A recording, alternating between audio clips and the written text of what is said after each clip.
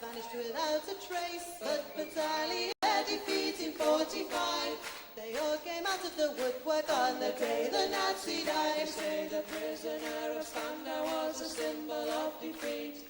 Whilst Hess remained in prison, then the fascists they would beat. So the promise of an Aryan world would never materialize. So why did they all come out of the woodwork on the day the Nazi died? The world is riddled with maggots. The maggots are getting fat. They're making a tasty meal of all the bosses and bureaucrats. They're taking over the boardrooms and they're fat and full of pride. And they all came out of the woodwork on the day the Nazi died. So if you meet with these historians, I'll tell you what to say. Tell them that the Nazis never really went away. They're out there burning houses down and peddling racist lies. And we'll never rest again until every Nazi dies.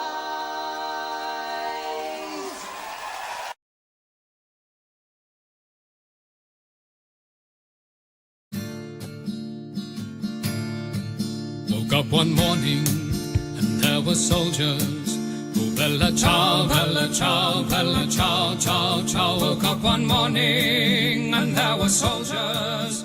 The invasion had begun. Lend me your shoulder, we'll stand together. Oh, bella ciao, bella ciao, bella ciao, ciao, ciao. Lend me your shoulder, we'll stand together. But I feel my time has come, and if I die here for the resistance, oh bella ciao, bella ciao, bella ciao, ciao, ciao. And if I die here for the resistance, you must lay me in my grave among the flowers upon the mountain. Oh bella ciao, bella ciao, bella ciao, ciao, ciao. Among the flowers upon the mountain, let me rest among the brave. Someday the people will pick the flowers.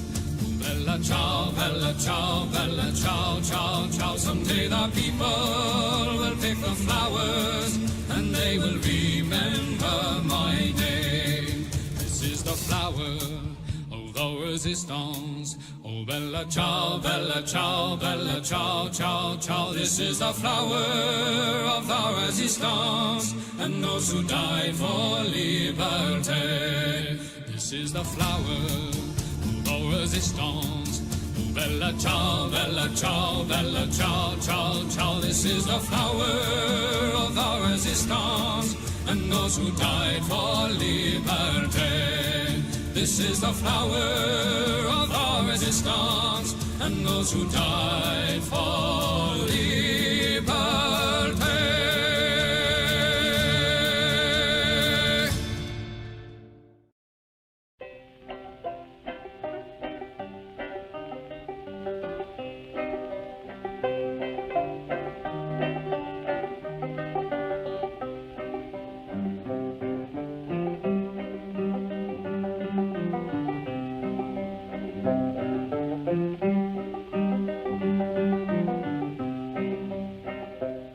Come all of you good workers, good news to you I'll tell of how the good old Union has come in here to dwell.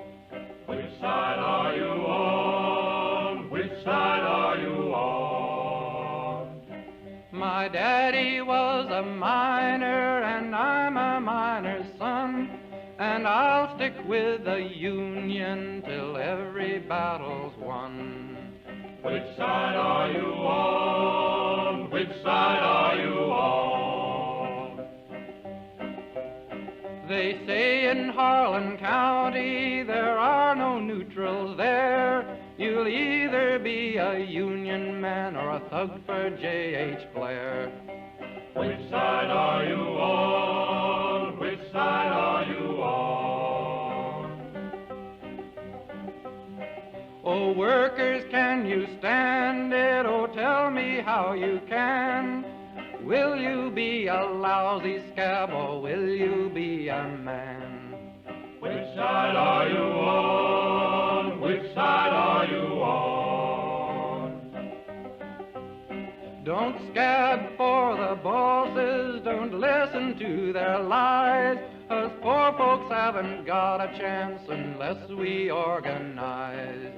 Which side are you on? Which side are you on? Which side are you on? Which side are you on?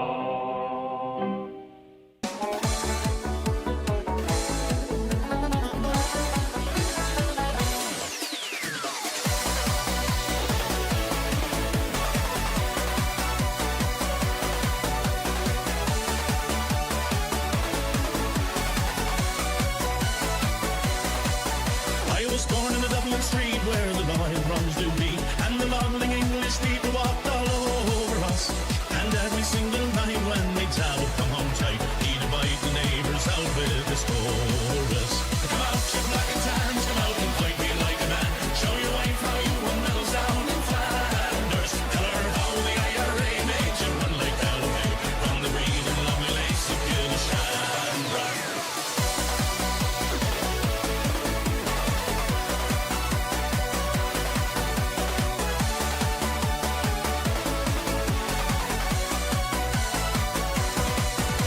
Come tell us how you slew them old Arabs 2 by 2. Like the Zulus they had knives, bows and arrows. Of how bravely you faced one with your 16-pounder gun, and you frightened all the natives to the marrow. Come out, you black and tans, come out and fight me like a man. Show your wife how you won medals down in Flanders. Tell her how the IRA made you run like Galloway from the green and lovely lakes.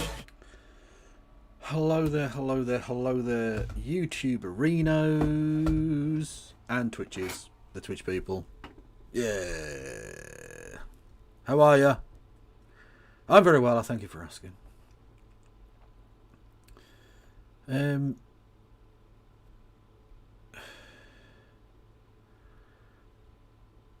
Titties. Yes, okay, well I'll translate because maybe that doesn't, it means titties. It's a funny way of saying titties. I can't show, is it Marianne, I think the name of the character is, the French version of Britannia, basically, that is leading the people. It's Liberty leading the people, isn't it? But the character is known as Marianne. Yeah, anyway, and she's got her tits out, which, like, I've got no problem with, but the TOS might. So in the thing, that's why I do that. It's an amusing way of doing censorship because they just can't handle Liberty's breasts. Ironic in a sense that one has to, because of modern stupid sensibilities, one has to literally censor Liberty. Almost poetic in a sense, really. Anyway.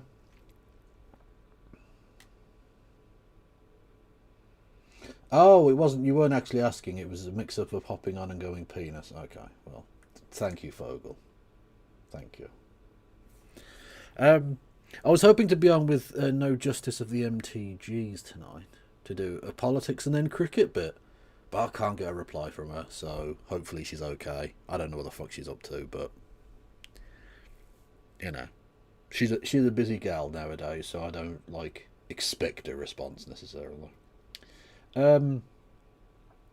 Anyway, so that's what we're gonna do. We're doing politics and some cricket. Yeah, everyone loves the cricket. I'm sure you'll all stick around for that. She's probably doing a podcast. Oh, the podcast friend. Oh, the podcast. She's probably not doing a podcast, but that would at least be benign. Actually, no, it wouldn't. It would be evil. Podcasts are evil. Okay. She's just gone live. What, on Twitter/YouTubes?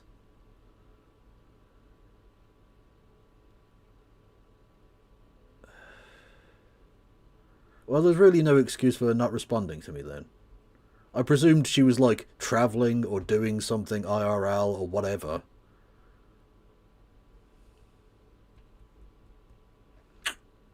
That doesn't feel great. Is Kev Silly Mid on? I have fielded at Silly Mid on in the past. Yeah. I mean, you're not asking that question seriously, but I have actually fielded close in. It's not pleasant. You get the old helmet on, and if he takes this, if the fucking bat goes back, you just turn your back and hope for the best. There you go. Yeah. As a fan, well, cricket is a thing in Scotland. It's not as big a thing, to be sure, but cricket does exist. You have a cricket team. Scotland has a cricket team. The great Dougie Brown, Warwickshire legend, was a Scotsman. Oh, this was no helmet school cricket. Oh well, we played high level school cricket, so we did have helmets. I won the only sporting achievement I have to my name, and probably will ever have to my name, was that I was part of the Solihull under 16s cricket championship winning team for St Peter's Roman Catholic. Go Fighting Catholics. That's not really a thing. But no, the St Peter's Roman Catholic senior school team of 2003. So 22 years ago, we won that. At Nolan Dorwich Cricket Club, for anyone who knows the area. Lovely little place. It's a proper cricket, thing. It's got a pavilion with two changing rooms upstairs and downstairs. Ooh, double decker. And a bar and a little stand and stuff. It's fucking awesome. Anyway, by the by. And we won it on the last ball as well. Fuck yes. Thank you, Carl Brown, for gifting us a membership on the YouTubes. I didn't turn the alert box back on. I don't know why I turned it off in the first place, but I had. I thought you said women's team. No, I was not. This is not me coming out as trans. No, I was part of the year 10. No, the year 11 team. So the school's cricket team. I was a spin bowler and useful middle order batsman. I only scored, I think, 12 or something on that particular day. But it was after school as well, so it was I think it was a 25 over a game, side game, as the lights were fading. And we won it on the last ball. What was his name, the kid? Michael something or other. Apologies, Michael, if you're watching and you remember this. What was the odds on that? But yeah, he won. What was his? I genuinely can't remember his surname. Anyway, he scored a single off the last delivery to win. Or was it two? No, I think it was one. Anyway, sorry, but how is spin bowler not a euphemism?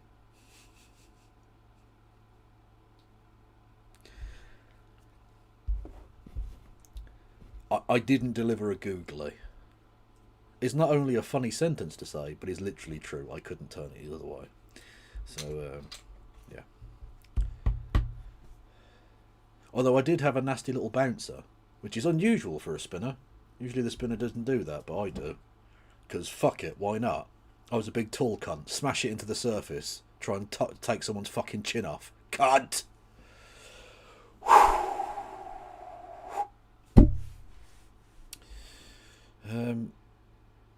Kevin, lady bowlers too, spin bowlers. What is it? What is a lady bowler? I don't even know.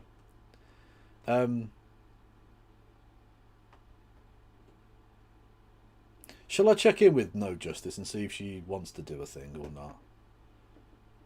Or would that be harassment at this point? I don't know.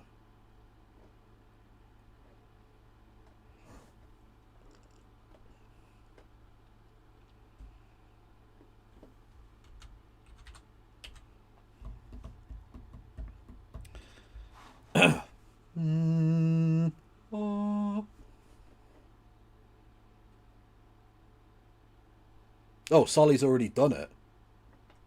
Solly, fucking slutty, fucking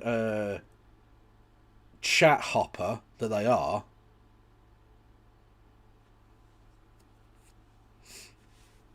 Has already checked. We'll see.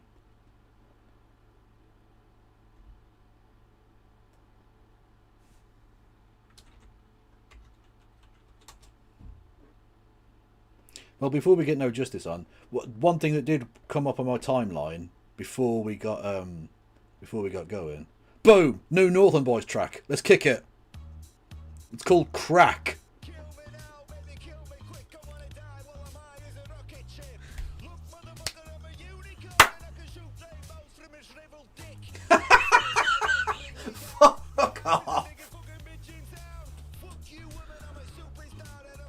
Oh, is it that quiet? Oh, sorry. Hang on, we'll start again then. Kill me now, baby, kill me quick. I wanna die while I'm high as a rocket ship. Look, motherfucker, I'm a unicorn and I can shoot rainbows from a shriveled dick. I'm so high, don't bring me down. My wife is the biggest fucking bitch in town. Fuck you, woman, I'm a superstar and I'm flying high. You can't touch me now. I got problems and they're in my head. I get a spark on. When I go to bed, I can't sleep. So I just reach for the big fat black rock and I smoke that instead. I'm all alone now. So I'm on my own, so come on over.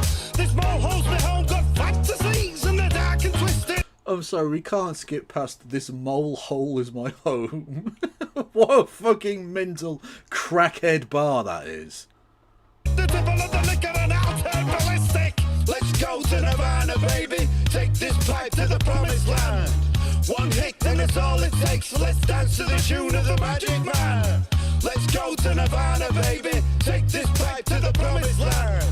One hit and it's all it takes. Let's dance to the tune of the...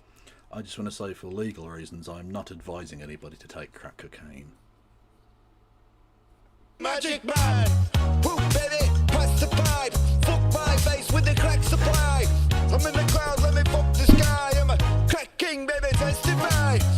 I'm in the clouds, let me fuck the sky. I'm the crack king, baby, testify.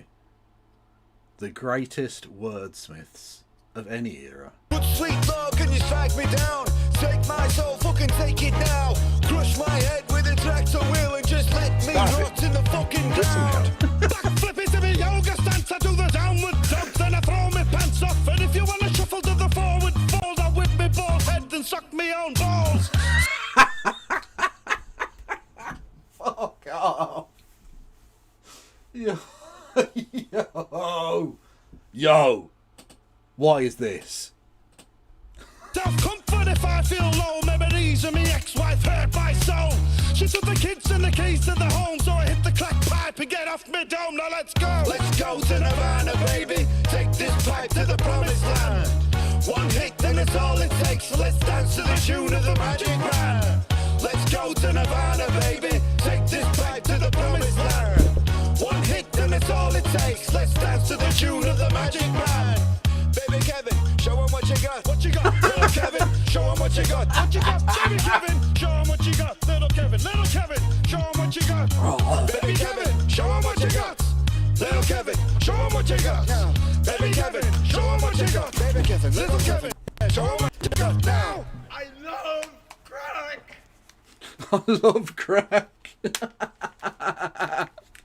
Fuck yes. Fuck yes. Oh, I think that's one for the soundboard. Little Kevin, show him what you've got. Goldie looking chat. Yeah, we gotta have a bit of Goldie looking chat. Yeah. Wales's finest, as you quite rightly point out.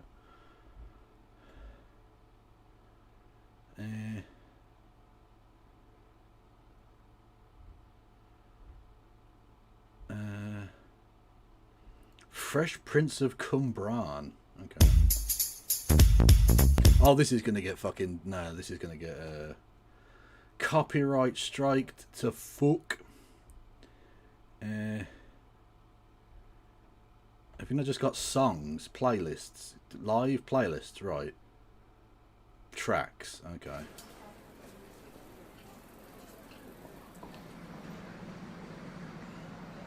I'm a sensitive bloke with all the right moves. The quickest way to your heart is straight under your boobs. Other ways to pull a bird besides just getting drunk. Read a woman's magazine and just copy all the junk. I talk a dress size and diets like it matters. Don French's divorce and how it left me in tatters. Pretend I like your shoes and cut price Jimmy Choos. If you stick to the plan, then you just can't lose. I'm not saying that I'm bad, I'm just getting in tune with all the girls who otherwise would just think I'm a loot. Cause all the ladies really love me when I sit back and say things like Elton John's cool cause he's gay. I got pride for my feminine side. I watched Titanic twice and both times I cried. I'm always there when you might be feeling low, and if you still believe that, then you must be fucking slow. When it comes to being sensitive, I got it mastered. But really love, I'm just another bastard. Bastard, bastard, bastard.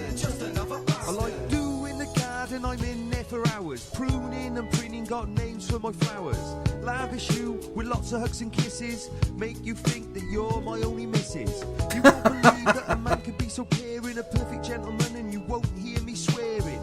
Congratulate you on the clothes that you're wearing, and I won't get angry if there's other blokes staring. Comparing me to other types of men, they won't even get a 7, and I will score 10.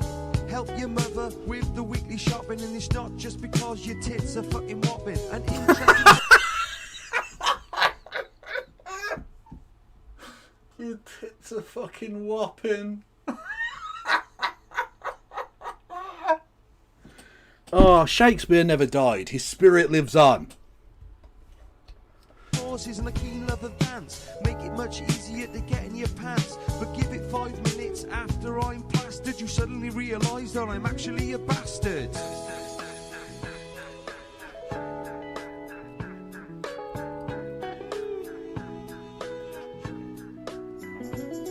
When it comes to being sensitive, I got it mastered. But really, love, I'm just another bastard.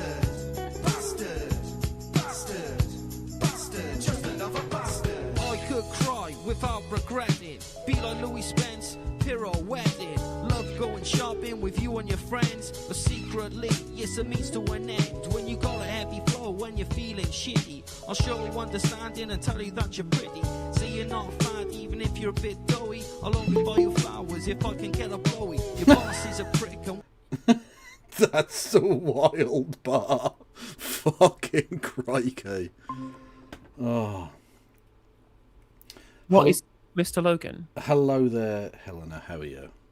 Not too bad, not too bad. I'm frustrated with Twitter DMs, but at least I randomly clicked on the chat button on Twitter before I went live to see that you'd messaged. Oh well, that's good. That's fine. Yeah, it happens. It does happen.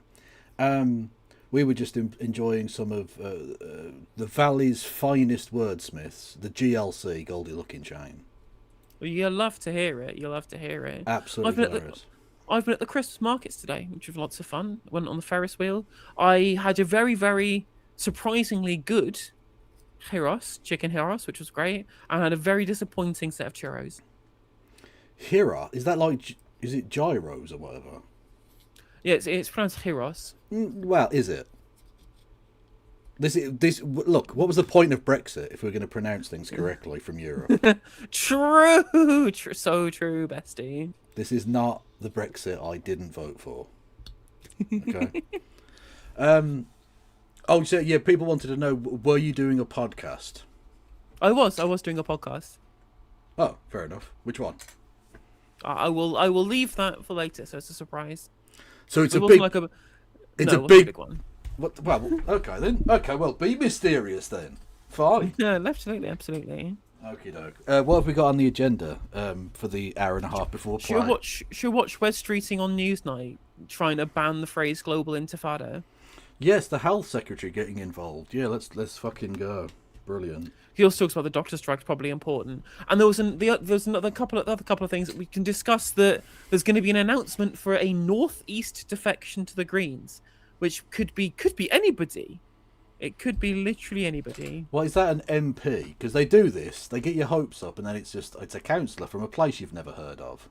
I mean, Zach Plansky has confirmed that it is not an MP. Well, what's the point? But it's a big figure apparently. So the guess. Andy Burnham. The guess is that it's Jamie Driscoll. No, it's Andy Burnham. In a turn up for the books. Famous northeastern politician. Oh, sorry, I thought you said northwestern. Apologies. Imagine if it was Bridget Phillipson. say no. Oh, no, you're not allowed to defect. Yeah, exactly, yeah. Well, no, we kicked TERFs out, you know about. True. Boom. Maybe she's going to join specifically so she can be a TERF and then take us to court. Yeah, I did see that. Like, honestly, what's the point of having a political party if you can't kick people out for, like, massive disagreements? I was just like, yeah, does that mean that people can just can just join the Conservative Party as ideological Marxist-Leninists? Because if you kick us out, that's discrimination against a protected belief that is worthy of respect in a democratic society. Well, exactly. And not just, like, would Reform have to take pro-EU, pro-rejoin people? Because then, all that is a license for the craziest entryism of every party you've ever seen. I mean, given Reform UK's lack of scrutiny of the people that join the party or indeed run as candidates, that sounds like a really great idea for doing mass entryism into Reform UK, just to like get through as a paper candidate for election where literally anybody might potentially win as a seat as an MP, then immediately defect to the Greens. Yes. Let's fucking go. You know what? I'm on board. Let's do it. That'd be literally the funniest fucking thing if that happened. Indeed it would. Have a mass defection to the Greens. Or, to be honest, honestly, it would be even funner if we just did it to the British Communist Party. But what would the entryism of that be? Well, like, not transphobic. Well, it depends which Communist Party it is, right? Because there's the British Communist Party, the Communist Party of Britain. There's the Communist Party of Britain, Marxist-Leninist. And as far as I'm aware, the latter two are transphobic and the first one isn't. Because I think J.K. Rowling endorsed the first one thinking it was the second one. And the first one said, "We don't want your endorsement, Joanne," which is quite funny. Nice. Okie doke. Let's have a look at Shut Up Wesley. Shut up, Wesley. True. Yeah, everyone spam that in No Justice's thing with your channel points. Oh, as we've changed over away from the starting screen, the soundboard is off. Otherwise, people will just spam it and ruin my segments. Well, I did that. I briefly, the only time I ever tried to engage with my chat in a productive fashion and allowed them to use their channel points for anything other than like modifying emotes or whatever, I had the sound, "Oh dear, I seem to have spotted a cunt," that was available for like 1,000 bits, and it was literally constant. So I turned it off. I had to turn it off because literally the entire thing was just that thing, and then there was no gap. It was basically like if someone goes and puts a tenor in the karaoke machine, not the karaoke machine, in the music box, right, and then puts the same song on 10 times. Oh, like What's New Pussycat? Yeah, over and over and over, and I had to switch it off. Because my chat are what I like to call cunts. Fucking stupid. No, I'm only joking. Also, speaking of cunts, have you seen that George Osborne has joined OpenAI? Of course he has. That's like that's the cunt fucking headquarters, isn't it? Well, literally, all he knows is how to destroy jobs. Yeah, that's all he knows. Yeah, he's a fucking loser. Yeah, absolute prick of a man. Evil. Very much so. Yes. What was I going to say? Anyway, yeah, let's have a look at what Wes has to say about anything for some reason. Tonight, Health Secretary Wes Streeting condemns the BMA in damning terms after resident doctors vote to strike this week. I think that is probably the worst thing the BMA have done since they marched against the foundation of the NHS in 1948. I think it's unconscionable. I think you should... Terms of service! Well, the thing as well is that, like, well, these were completely different doctors for different reasons, right? They opposed the forming of the National Health Service in the first place because they wanted to maximise their market potential in the free market. And now they're just like, can we please just get paid what we were paid in 2008 and get paid similar to what we'd be given in Australia? Otherwise, we'll go to Australia. Yeah. Thank you, Fogel, for bits. Much love. For some reason, it didn't. Presumably because you wrote butt stuff in the title, so it's not going to read that out. Yeah. Obviously. You have to be, if you're going to swear or do sex stuff, you have to be creative with how you spell it. And after the killing of 15 Jewish people on Bondi Beach, the Prime Minister says the UK Jewish community here will feel even more insecure. What is the government going to do about that?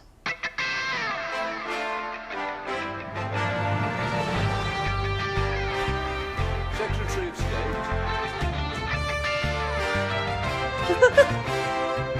I'm sorry. I just heard Go on, sorry.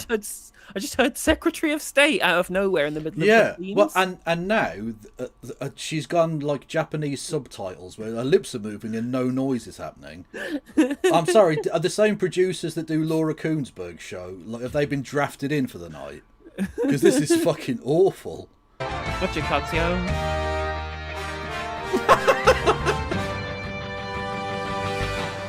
Good evening. Welcome to Monday's Newsnight, bringing you insight and interviews on political and international stories each weeknight. We're live from Broadcasting House across the UK and around the globe on BBC News.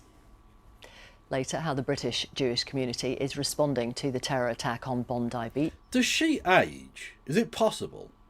Because she's looked exactly like this for like 30 fucking years. I feel that's true. I mean, she definitely has aged well. I mean, on a BBC salary, you'd think that you probably, at the very least, have access to some work. But I mean, maybe I'm not saying that she has or hasn't. She just still looked very good for age. It's She true. does. I mean, that's what happens when you do proper journalism. Yeah. Look, presumably because she can sleep at night. Yeah, literally, so true. And you know, the best thing in your makeup bag is a good night's sleep. True. We will talk about that with columnist and author Jonathan Friedland, who's here, as well as Nick. Jonathan Friedland, or as I like to think of him, the last boss of the briefcases. It's true. As always. First tonight, the Health Secretary tells Newsnight he cannot guarantee NHS patients won't come to harm after resident doctors in... Okay, but is that a warning about the BMA or his plans for the NHS? Because that sounds like a threat to me. Yeah. Look, I can't promise that no one will be hurt by what I'm doing to the NHS. But you have to trust me, chat. Okay? The taxpayer puts the lotion on its skin or it gets the hose. England announced their latest 5-day strike will begin at 7 o'clock on Wednesday morning. In a wide-ranging interview, he also spoke to us about the killing of 15 Jewish people in Sydney and calls for the government to change the law on protesters using the slogan "Globalise the Intifada." We also asked him about whether he's on leadership manoeuvres. But first, on those doctors' Apparently strikes, she's 57. where Streeting says with flu and... Which is lewd. What the fuck? She looks early 40s. Maybe late 40s at most. Yeah, but not 50s, no. No, that's ridiculous. And there's a few wrinkles and stuff, so I don't think she's had work done. No, I don't think so either.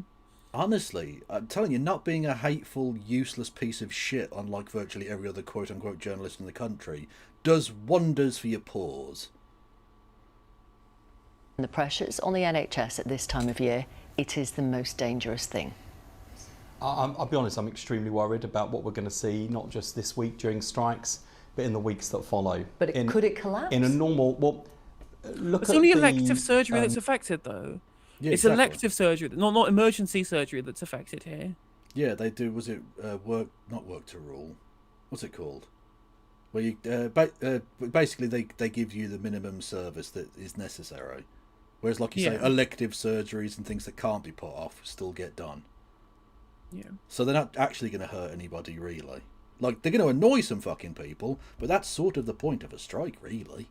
Is that you show how important you are. Yeah, I was like, this was Andrea Jenkins on the fucking Jeremy Vine show against Zach Polanski going, but well, there's going to be all of these people who are going to be inconvenienced. I'm like, yes, strikes are inconvenient because the labour is indispensable. That is the whole point of industrial action. And then she was like, oh, we should ban all strikes. And I'm like, part of the working class. Yeah. The trade union set up the Labour Party, and I very much hope they're a part in destroying it too. Well, we'll see what happens with the next set of union elections. Andrea Egan for Unison, let's go. Of emergency departments on non-strike days now. For all of the achievements of this government and the things that I could point to where the... Yeah, go on then. Yeah, do you want to point to them? Because, I mean, at the minute, I'm in the room of achievements you have, and it's pretty fucking excellent. Starving to death. Yep. In Parliament. And they're still a part of a party that's doing 2 genocides simultaneously. So that's Woo, nice. Yeah. Cool. Oh, but at least Chris Brown can go on holiday to Dubai. True. On my dime. Yes. I've also seen scenes of trolleys on corridors right now, on my watch, that I'm not happy with. I wouldn't want to be treated in. I wouldn't want my loved ones to be treated in, and I don't expect anyone's loved ones to be treated. Well, I hope you don't get treated. I'll leave it there. One kidney chat. That's all it takes. Honestly, fucking L for cancer. Embarrassing. All of the good people you've taken, and you... Never mind. Sorry, I'm service. And the recovery we're seeing in the NHS is jeopardised by all of this industrial action, sure. Okay. Have you considered negotiating with the workers to stop them going on strike? Perhaps. I mean, he has done a final offer. I mean, I've not seen any kind of minutes of union negotiations to be able to tease out how much further that there is to be able to go to make sure the strike action doesn't happen, right? But Yeah. you don't usually get a final offer without there being a counter offer from the trade union to go, well, okay, if you do this extra stuff, we'll go off strike, but no one's releasing that information. But it's striking at this particular time that is most dangerous, because if we didn't have strikes, we'd be worried about this coming week, and we'd be worried about the period from now until the new year, because this is the NHS's peak time. You've got flu on top of that. It's not yet peaked. We don't know when it's going to peak. What we do know is that thrown into the mix, we've now got 5 days of strike action. But you just used the word dangerous. I mean, what is your worst fear? I do fear patients coming to harm. What do you mean? Dying? Well, I don't want to sensationalise or sound like I'm being... No, I don't want to sensationalise, but everyone should panic! Mass death. Mass NHS death imminent. A Cassandra or catastrophising, but yes, I am worried about patients coming to harm. I am worried about the pressure on the NHS at this time of year. It's for that reason that even today I said to the BMA, pick any dates you like in January, any 5 days. We can reschedule the strike action at a time when it would be safer. Could you at least do that? And they said no. Right, well, it will worry people watching. Okay, because, and hear me out here, they want to show how important they are, so they strike at the moment of most usefulness. No one's going to die because of this. You're just lying. You're like insinuating that people are going to die, and they're not. So basically, can you put this off until a time when I can just ignore your strike? Is not a very successful strategy, Wesley. No, it's like when the RMT they had a strike around the time of the Commonwealth Games, and I'm just like, yeah. Obviously they'll choose the moment of maximum impact to show the invaluable nature of their labour. And indeed, I think the RMT were planning to do something just before the Olympics, and even the Tory government went, that would be too embarrassing, and gave in. Because that's the point, is that you show that you are invaluable to this service operating, and therefore you should be remunerated as such. Like, it's very, very simple. You right now, I mean, what is you've just said you worry that patients might come to harm. There is a risk that could happen. What is your advice to patients for this week? So for patients, You've got to access NHS services in the normal way as you need. This is from the NHS website about the very specific 17th to the 22nd industrial action. We have shown that the NHS can deliver 95% of normal levels of activity while managing industrial action, and we should aim for this again. 95%. Yeah. And they're acting as if people are going to die. I'm sorry, this is just nonsense. Absolute rubbish, yeah. Need them. Now that means if it's an accident or an emergency, you should go to A&E. If it's an emergency and you need an ambulance, you should dial 999. It's up to... Now, for anyone wondering, if you go to A&E and you have to wait several hours to even be seen, that's not because of the junior doctors, that's just normal. That's how it always operates, because it's been systematically underfunded for 20 plus years now. And this is a really important point to remember. If anyone ever responds to you with, well, we're spending more on the NHS than ever, it's worth pointing out, right, there is a level to which that you need to fund the NHS to not see an increase in the waiting lists above a certain percentage of GDP expenditure, right? So you look at France, for example, have a similar economy, similar population to us, broadly a similar kind of country. And in the 2010s, they were spending around about 11% of GDP on healthcare. We were spending 9% on healthcare. They didn't see their waiting lists go up. We did. So it shows you that 11% is probably a reasonable figure as a rough idea, rough estimate of the kind of level of funding necessary to keep the NHS not falling behind where it needs to be. Yeah. And when we were underfunding it for that period, right, that's not just, we're 2% behind. It's we are cumulatively 2% behind every single year, right?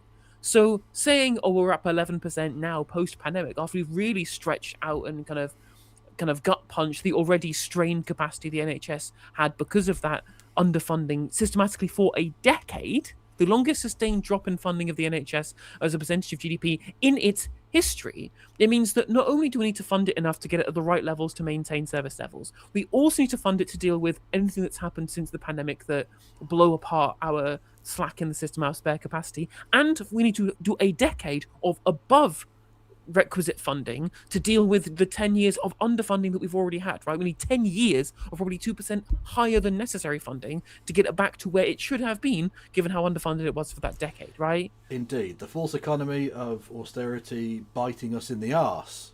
Because basically the Tories went, fuck it, we don't care. We'll let tomorrow's government deal with that. Losers!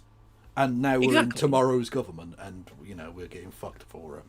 Exactly. Like, it's not enough to just say we are spending as much on healthcare as is necessary to maintain current levels, because we can see that current levels isn't good enough because the waiting list is still huge. It will require above that level of funding, which can be brought down later. But you can only justify that once the waiting list has gone down.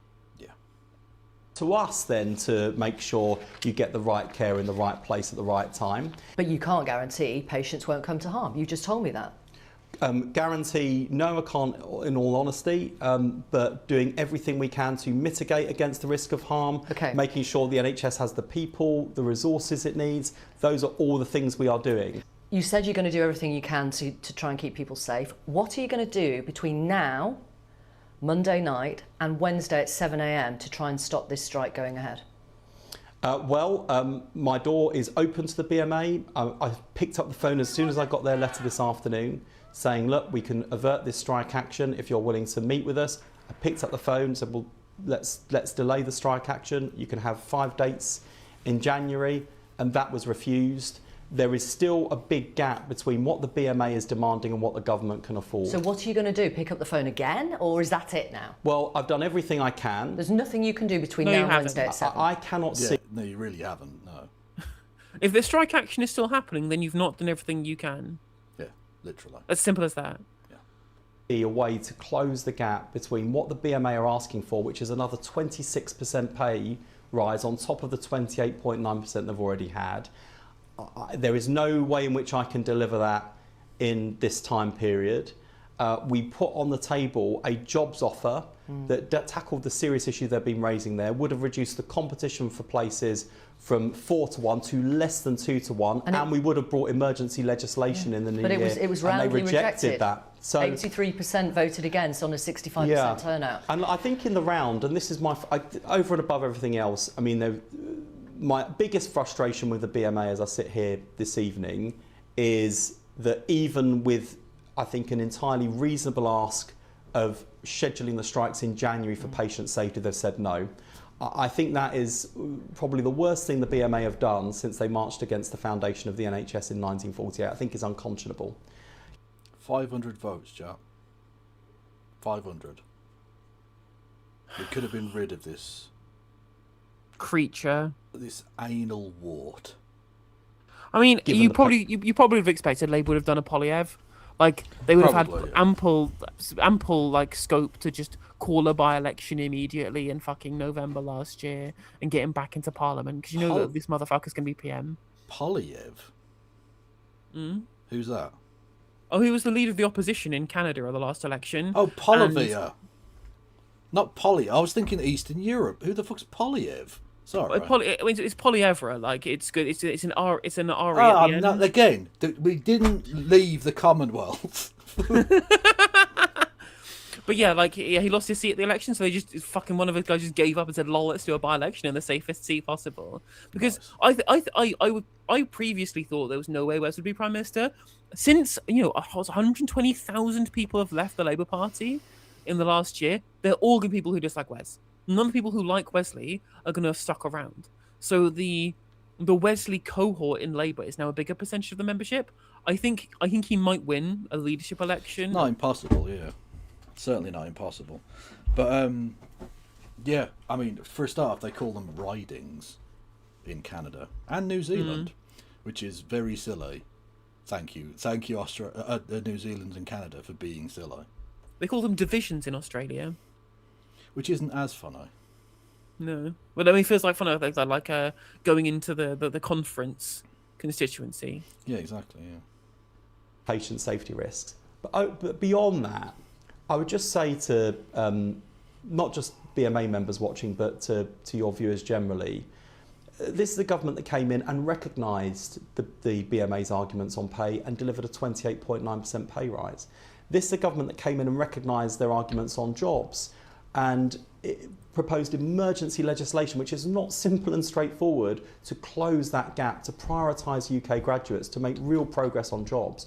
I've offered to work with the BMA on a trust by trust, employer by employer basis to tackle what I think are really serious concerns doctors have about the conditions they're working in.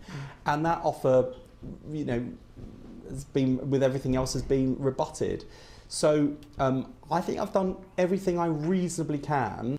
He means rebuffed. He means rebuffed, he doesn't mean rebutted, but okay. To both improve the lives and paying conditions of resident doctors and to try and take them with us. Can I ask you about what happened on Bondi Beach and the reaction there has been around the world? Okay, so we're not even going to do segues, we're just going in raw. Okay. Obviously the attack and the killing of Jewish people. Today the Chief Rabbi of the UK and Commonwealth has said hate speech on the UK's streets has gone on for far too long, and the government should make clear that slogans like globalise the intifada are unlawful. Firstly, go fuck yourself. And secondly, is this the Chief Rabbi who's obviously and nakedly not interested in protecting British Jews and only in defending Israel? I mean, I haven't seen enough of this guy to be able to make comment on the veracity of that, but I wouldn't be surprised if that was the case. I will absolutely stand by that statement then, having seen probably a little bit more than you then, I suppose. I will, but, I will cede to your, cede to your knowledge on that one. He is, like so many Zionists, unfortunately, interested only in Israel, even at the expense of Jewish people. Well, this is the fucking stupid thing. So this discussion is taking place in the most absurd circumstances, insofar as the people who did the terror attack in Sydney were from the Islamic State, or they were Islamic State operatives. They'd been trained in the Philippines or some shit, right? There was IS flags found in the car.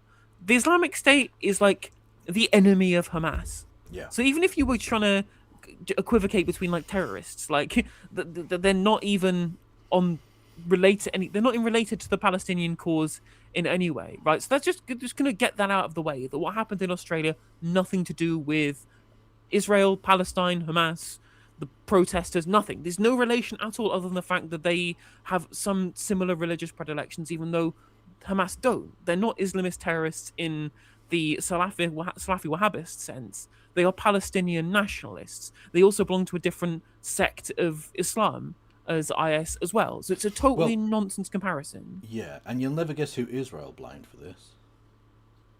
Iran.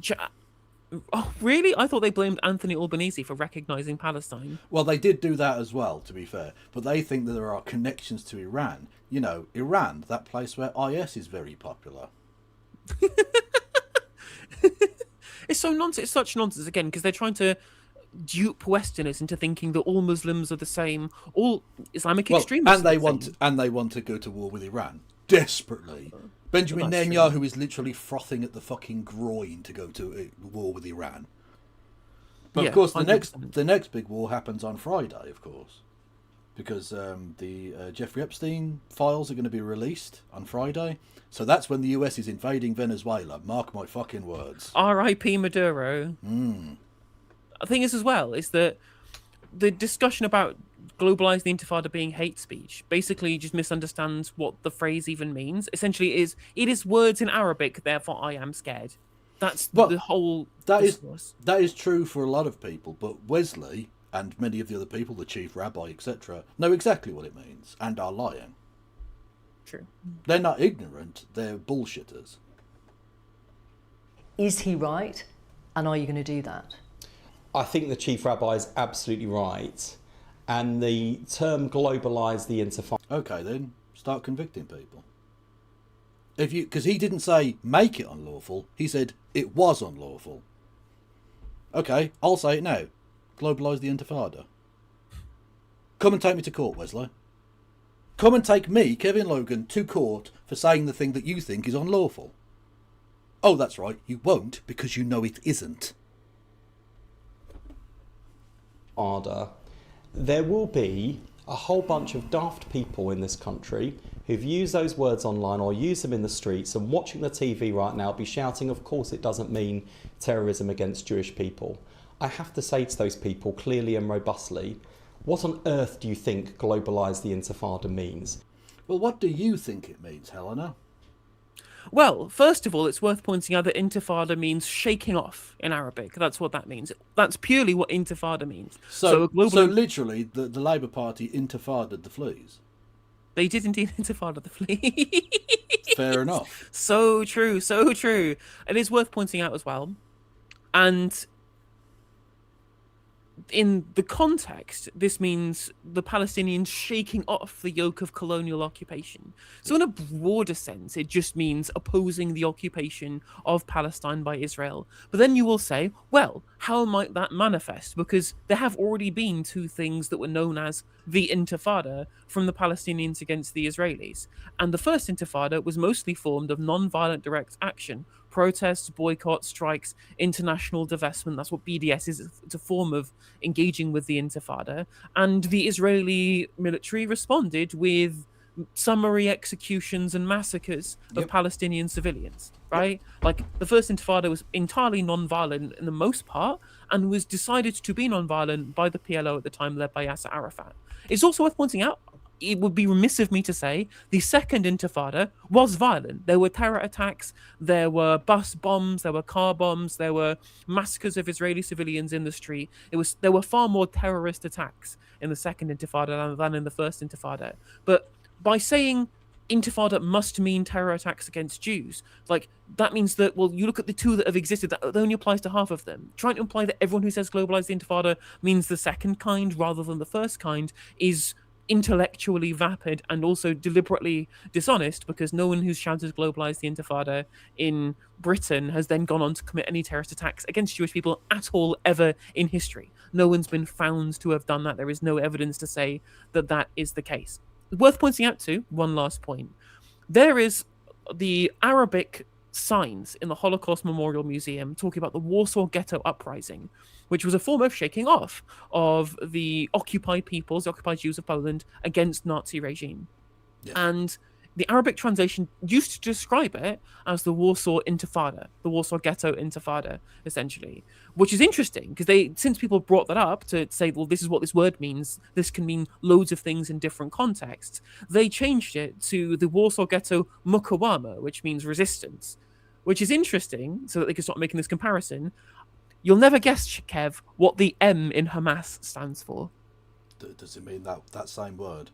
Yes, it does. It just stands for Mukawama because Hamas means Islamic resistance movement, essentially.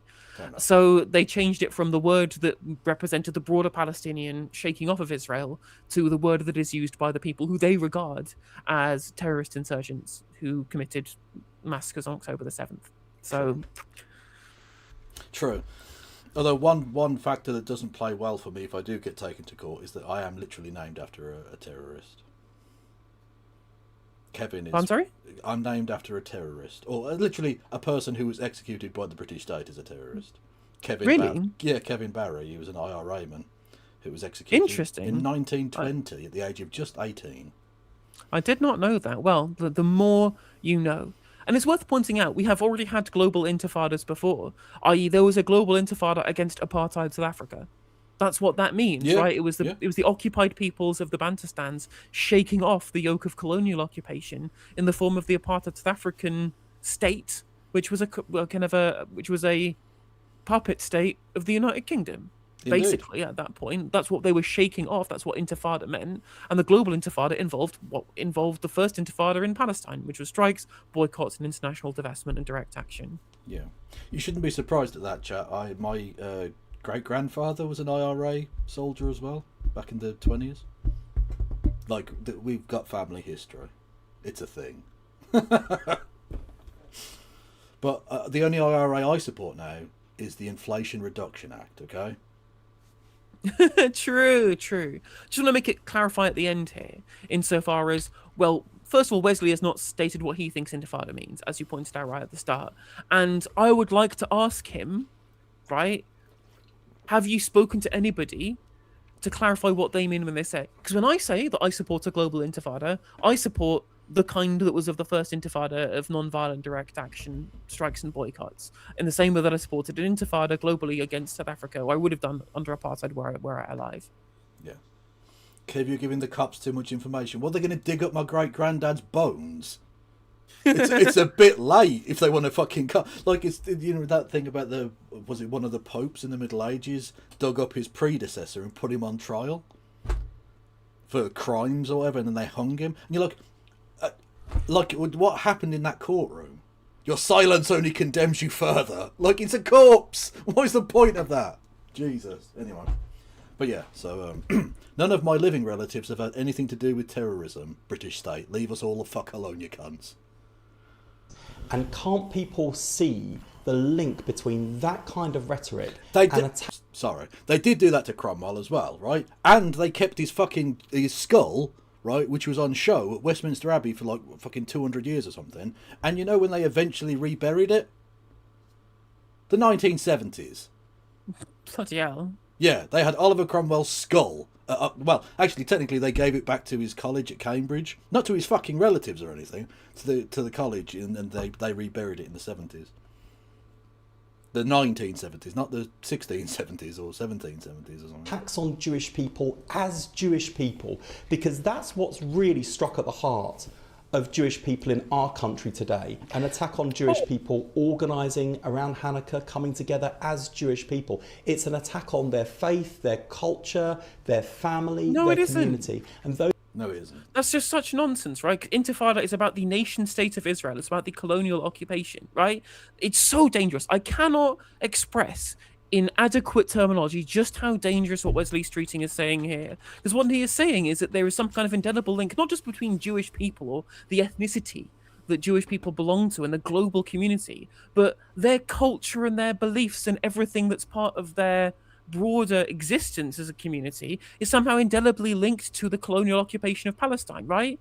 Every single person who is trying to claim that there is some link between those two things is doing the same job that anti-Semites who believe that in the other way around believe. I.e., we can target Jews because they are somehow implicated in the nation state of Israel's actions thousands of miles away, which is of course nonsense to everybody who has a functioning cortex. But it's so dangerous. It's so fucking dangerous what he's saying here.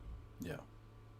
So, chat, I'm sorry, not to get distracted by something completely ridiculous and off topic, but someone in chat reckons that the skull was still on display at the college. No, it isn't. And I got the date slightly wrong. It was reburied in 1962. So, also, chat, do not step up to the Kev when it comes to historic skull displayments, okay? And again, it's worth pointing out that the people who did the attack in Sydney were in no way affiliated to any pro-Palestinian movement at all, because literally completely different. Exactly, they're completely different strands of Islam. It's like looking at Northern Ireland and going, "Well, what do the Christians want?" Like, it's a bit more fucking complicated than that, you dickhead. They're not all the same person. Yeah, like linking Christians in Ireland to Christians in Uganda, as if that's somehow some kind of link because they belong to the same religion. Yeah, you know the evangelicals and the Mormons are basically the same, right? Actually, do Mormons really count? I'm not sure.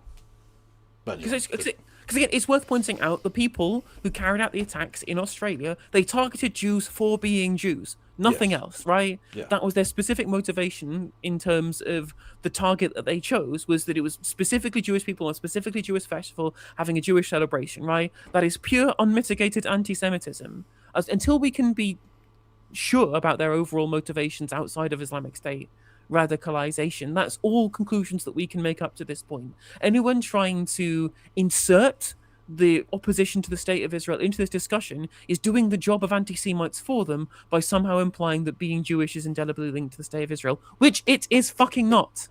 It's not, and it's very anti-Semitic to try and do that. Well, the IHRA definition would say that it is. Except, of course, every Zionist in the world tries to make it so.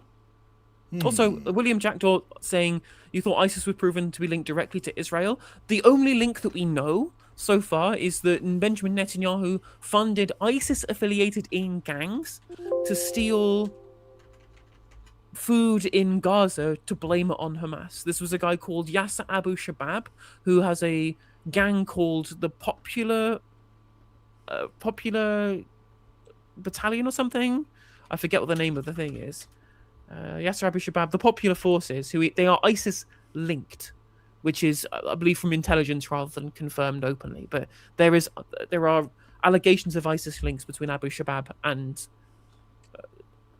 the Israel funding them. But there was a specific plan by Netanyahu. He boasted about on Twitter, by the way, to fund these gangs to steal aid to blame on Hamas.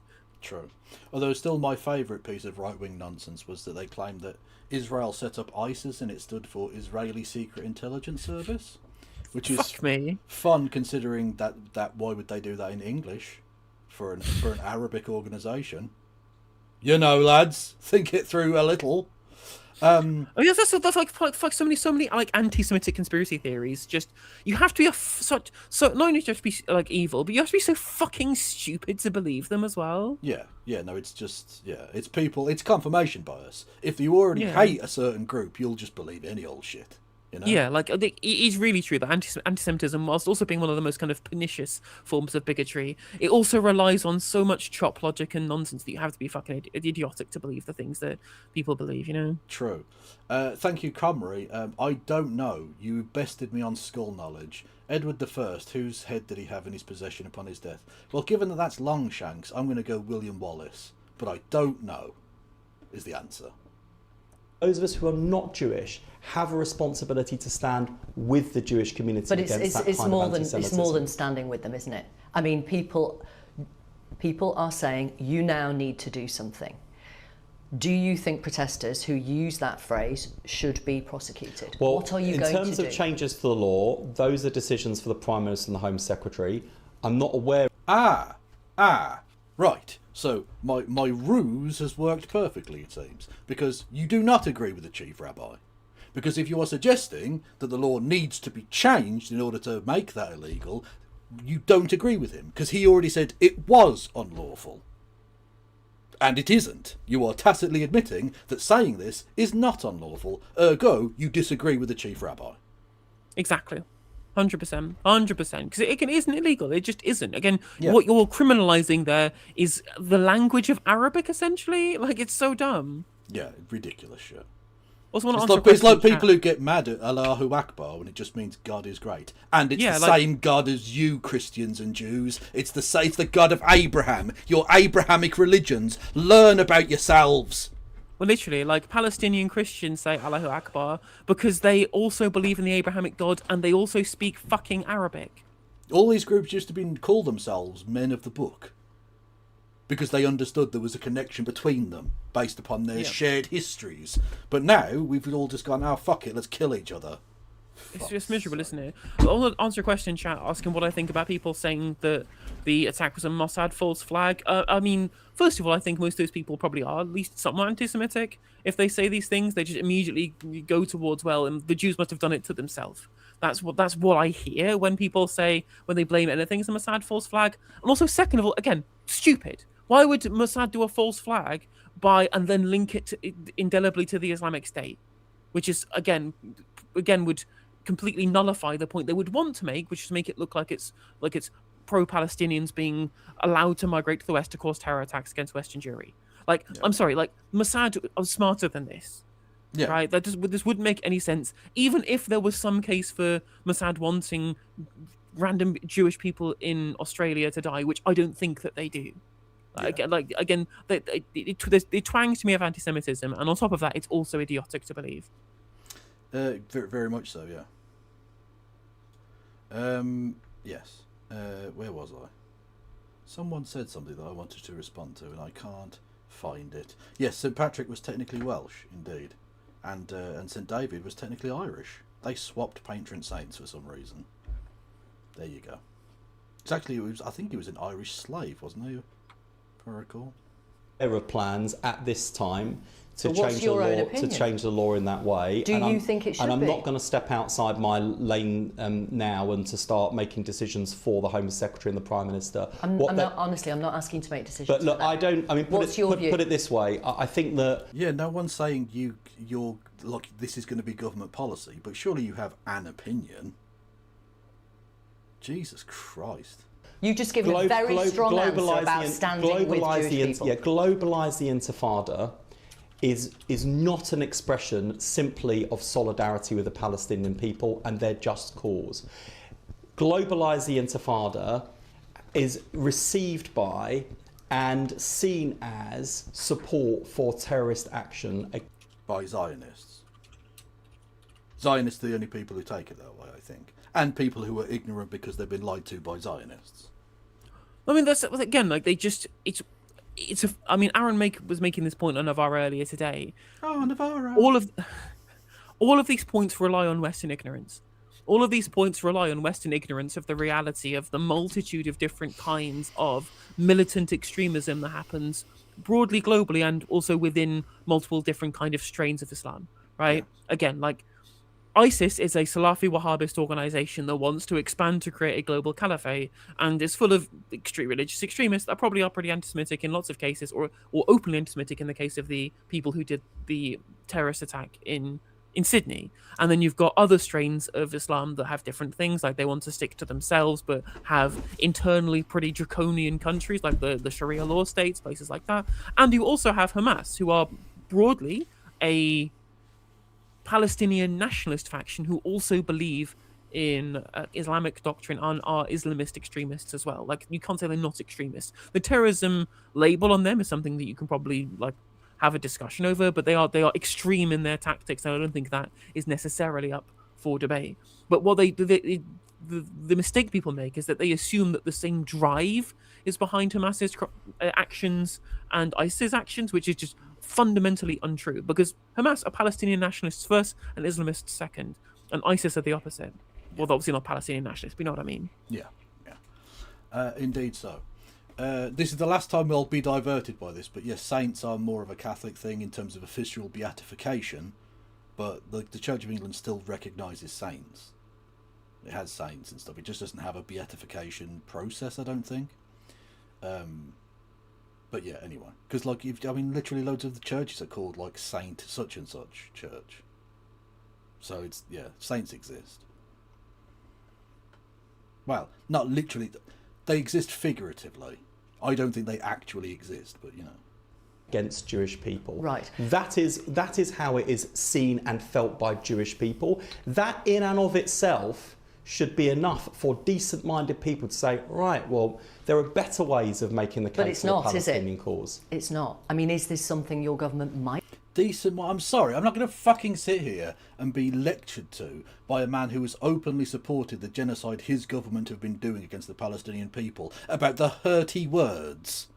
Fuck you, Wes. You are doing genocide. You are up to your fucking stupid baby face in the blood of Palestinians. I'm not going to be lectured about using words in a slightly iffy way because Zionists don't like it. You know what? Good. The fact that Zionists don't like it is a perfect reason to fucking do it. And again, like, I understand why there are plenty of Jewish people who are scared of these words because of the relationship with, like, the Second Intifada or whatever. But that's because a lot of these positions are based upon a misunderstanding of the reality of the situation, right? Again, politicians will keep saying things like, this means violence against Jews. They do it because they want to attack Jews, when that's not been the case, right? Even if you take the most extreme version of it, like, for example, the invocation of it during the Second Intifada, for example, where there were a lot of terrorist attacks, also civilians were killed, and it was pretty brutal in some cases, and completely unjustifiable in my mind if you can do bus bombs and car bombs and shit like that, gun down civilians in the street. But they weren't even killed for being Jewish. They were killed for being Israelis. They were killed for being citizens, civilian citizens who shouldn't be targeted. That's an international war crime. Let's be super clear on this. But they were targeted because of their nation. They were targeted because of their nationality. They belonged to the nation of Israel, the colonial entity that occupies Palestine. That's the reason for their targeting, not their ethnicity. If it was a Christian state that had done that to the Palestinians, they would also target those same people in those same ways unjustifiably. Again, it's really important to point out there is never a justification for targeting civilians in any situation. That's my opinion when it comes to Israel targeting Gazan civilians for the same reason, right? But to try and claim that it is their ethnicity that is the problem here, or not their nationality, totally misses the point. Yeah. Might consider banning that phrase, making it unlawful. Should those people be prosecuted if they use it? Whether it or not it's changes to the law, where I would absolutely say all of us have got this responsibility is, yes, we can invest more in Jewish community security. We are as a government, our Conservative predecessors did, but building higher walls, building stronger doors, installing more cameras, that might be necessary, but those things are in themselves not sufficient for addressing the root cause of this poison. I represent a sizable Jewish community in Ilford North. I never thought I'd be having the sorts of conversations I've had with Jewish friends, let alone constituents, about whether and they want you to do something. Move they want or you whether to do this country something. is safe. And so, yes, we are doing things on anti-Semitism, whether on Jewish security or tackling anti-Semitism in the NHS, in my case. But that in and of itself is not sufficient. And whether is that just about that one doctor? It seems to be the case, right? Because the only other evidence that I've seen is some study that was done that the Telegraph reported on, shows you just how much I trust this stuff, that just brought up that there was a specific problem of anti-Semitism in the NHS and then brought up no evidence. It was one of the recommendations by the Community Security Trust to the government about a new plan to tackle anti-Semitism. Most of their points perfectly reasonable, I think, and more security for places of worship, I think, is fine. I wish it wasn't necessary, but if it is going to be necessary, I think we should do it. But this one thing that have just cracked down on anti-Semitism in the NHS, and they provided no evidence that the NHS was a specific issue. So I can only imagine that Wes is saying this because of that one doctor. To be fair, bit of a nutcase, let's be real. changing the law to regard that kind of language as incitement to terrorism or hate speech. Those are things I'm sure the government will come to a view on. I'm not aware of any changes at this stage, but this is a fast-moving situation. I don't know if you saw a post on X by Dale Vince, who was one of Labour's biggest donors before the last election. He wrote this today. Commenting on the shootings in Australia today, Netanyahu said, "Anti-Semitism spreads when leaders stay silent." Nothing to do with Israel committing genocide in Palestine then. Netanyahu wants anti-Semitism to be a thing. It validates him. He acts to make it so. Okay. There are two things going on there, one of which is perfectly reasonable and one of which I think very much is not. This attack didn't take place because of a genocide taking place in Gaza, fundamentally. This was an anti-Semitic attack by an overtly anti-Semitic organisation. Right? And secondly, Benjamin Netanyahu does want anti-Semitism to exist. It does validate him. He does act to make it so.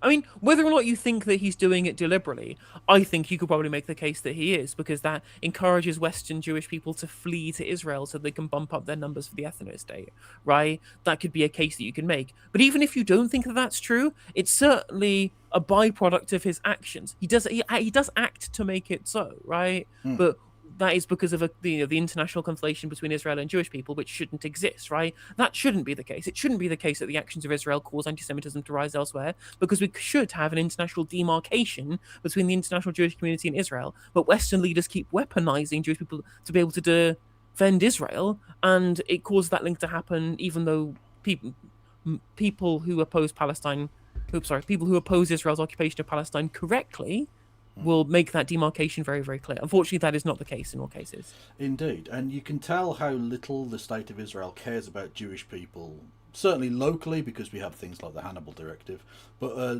internationally. Every time one of these sorts of things happens, they do some variation of what happened with this attack in Australia. The attack happens, Jewish people die, Jewish blood is spilled. For overtly anti-Semitic reasons, and rather than actually mourn those people, the Jewish dead people, Israel will be out there. It's minions, be it the Australian ambassador or the Israeli ambassador to Australia or whoever, will come out and say it's because you've allowed these Palestinian protesters to happen. You've allowed these Palestinian protests to happen. So the blood is not even dry on the street of these dead Jewish people, and the Israeli state is using them for overtly political reasons. It doesn't care. It's not interested in these dead people, other than the extent to which they can be used for the political goals of Zionism. It's really is pretty awful. And also, like, I don't know if you saw this, and maybe we cover this on stream together. I forget whether it was us. There was a moment where we were covering the funeral of an IDF soldier, and people who were giving eulogies at his funeral were talking about how much that they wanted to continue his goal of Palestinian eradication. We did do that together. I remember it well. Yeah, his wife, particularly, I recall, was a particularly hideous creature who was going on about how she wanted to kill more Palestinians or something. Yeah. Gross. Yeah, because Really it was literally because he was literally the guy who drove like the tractors that bulldozed the Palestinian homes ready to be able to build Israeli real estate when they do the occupation. Yeah. Gross. Ugh, really grim stuff. Should Labour refuse any future donations from Dale Vince? Well, firstly, I do not support those comments. I do not. Also, I don't think Dale Vince is going to be giving you any money. But you know, let's say hypothetically, let's let him answer. I don't think they are appropriate. Dale Vince hasn't given any money to the Labour Party since the general election, but that's actually by the by. However strongly one might feel about what's going on in Israel and Palestine, that is no excuse to support or condone or to suggest that anti-Semitism is caused by the actions of Israel. Anti-Semitism exists in the hearts of the perpetrators. Sure. What's the answer to my question? It's got to be tackled. Should Labour refuse any future donations? In terms of future donations, that is a decision for the General Secretary of the Labour Party, for the leader of the Labour Party. What do you think? Well, as I say, it's similar to my previous question. I have a view, but I'm going to stay inside my lane. It's for them to decide. I do think those comments were completely wrong. I do think Dale Vince should reflect on not just the backlash, but actually the chat. Okay. They say, Miss Hire says, Wes's claim about there being a sizable Jewish demographic in Ilford North is a lie. 2020 census regarding religion, Jewish 0.5%. That actually isn't that. Like that's I don't know what the national average is, but that's probably about right. No, don't get me wrong, that's still a very small percentage, but the overall percentage of the population of Jewish people is pretty small. I mean, yeah, that is also true. What I will say about Dale Vince's comments is it strays really close to we don't have to care about anti-Semitism because it's all the Jews' fault. I know that he's not saying this. I know that that's not what his intention of this phrase is. But you have to be really careful in making these comments because otherwise it can certainly be read in that manner, insofar as trying to downplay anti-Semitism by saying, well, we shouldn't care about it because it's only being employed as a tactic by Israel to get Jews out of the West. And that's not the case. There is real anti-Semitism, as in we literally saw an attack in Australia. We saw an attack in this country. We see anti-Semitism every time Nick Fuentes opens his fucking dipshit mouth, right? More on that story later. So, but I think, again, the problem is Twitter is not the right... Yeah. It's not the right forum for making nuanced comments. Yeah. And I was literally right. The exact national average is 0.5%. So he's got like the national average in his community. Which, I mean, does that count as sizable? I suppose not, but I mean, of all the things you can nitpick about him, we'll let that bit slide. He does have Jewish constituents, that's fine, you know. Pain that's been felt by Jewish people reading those comments, including Jewish members of the Labour Party. He is a decent-minded person. I'm sure he will want to. I'm sure he wants to retract those comments because of the way in which they've landed, the impact they've had on Jewish people who have suffered quite enough. Okay. And not least given the latest atrocities. Oh, you were actually wrong. It was 2.3% for Ilford and 0.5% in the UK. Okay, so that is sizable then. That is sizable, yeah. I mean, it's over that 4 kind of times larger, yeah. I think is that area of North London where that is the case.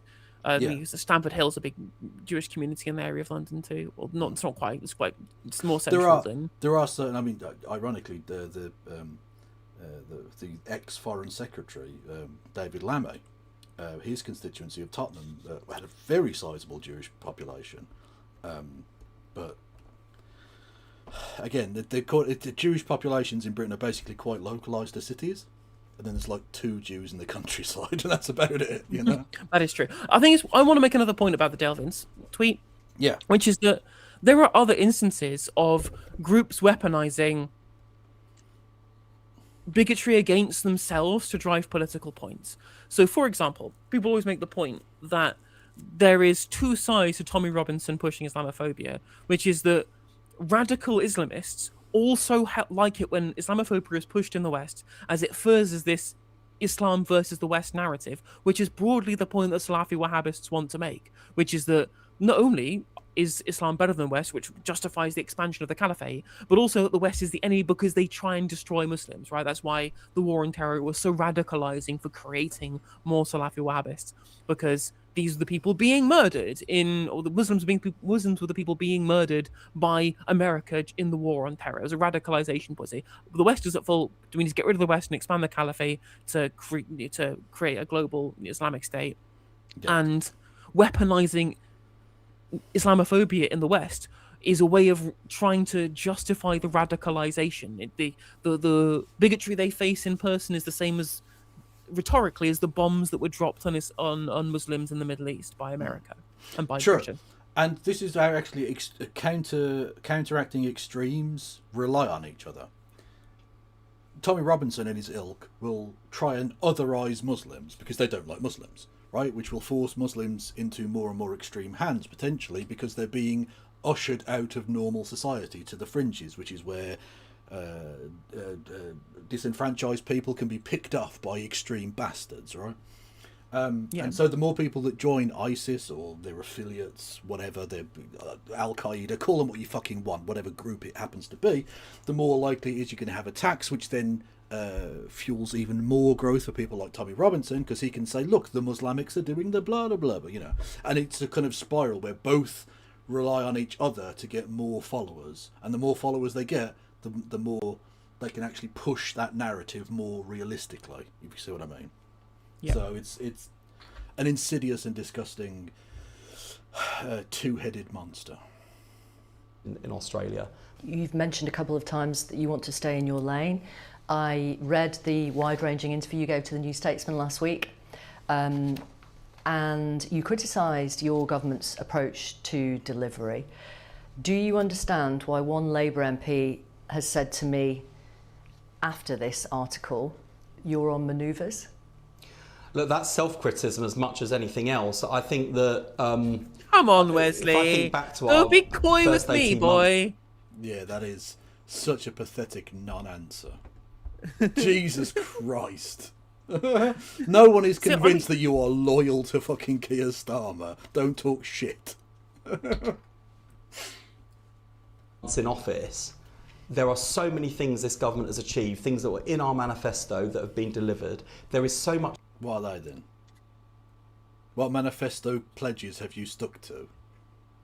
I can't really see many of them. I can see lots of things that weren't in the manifesto that you have done.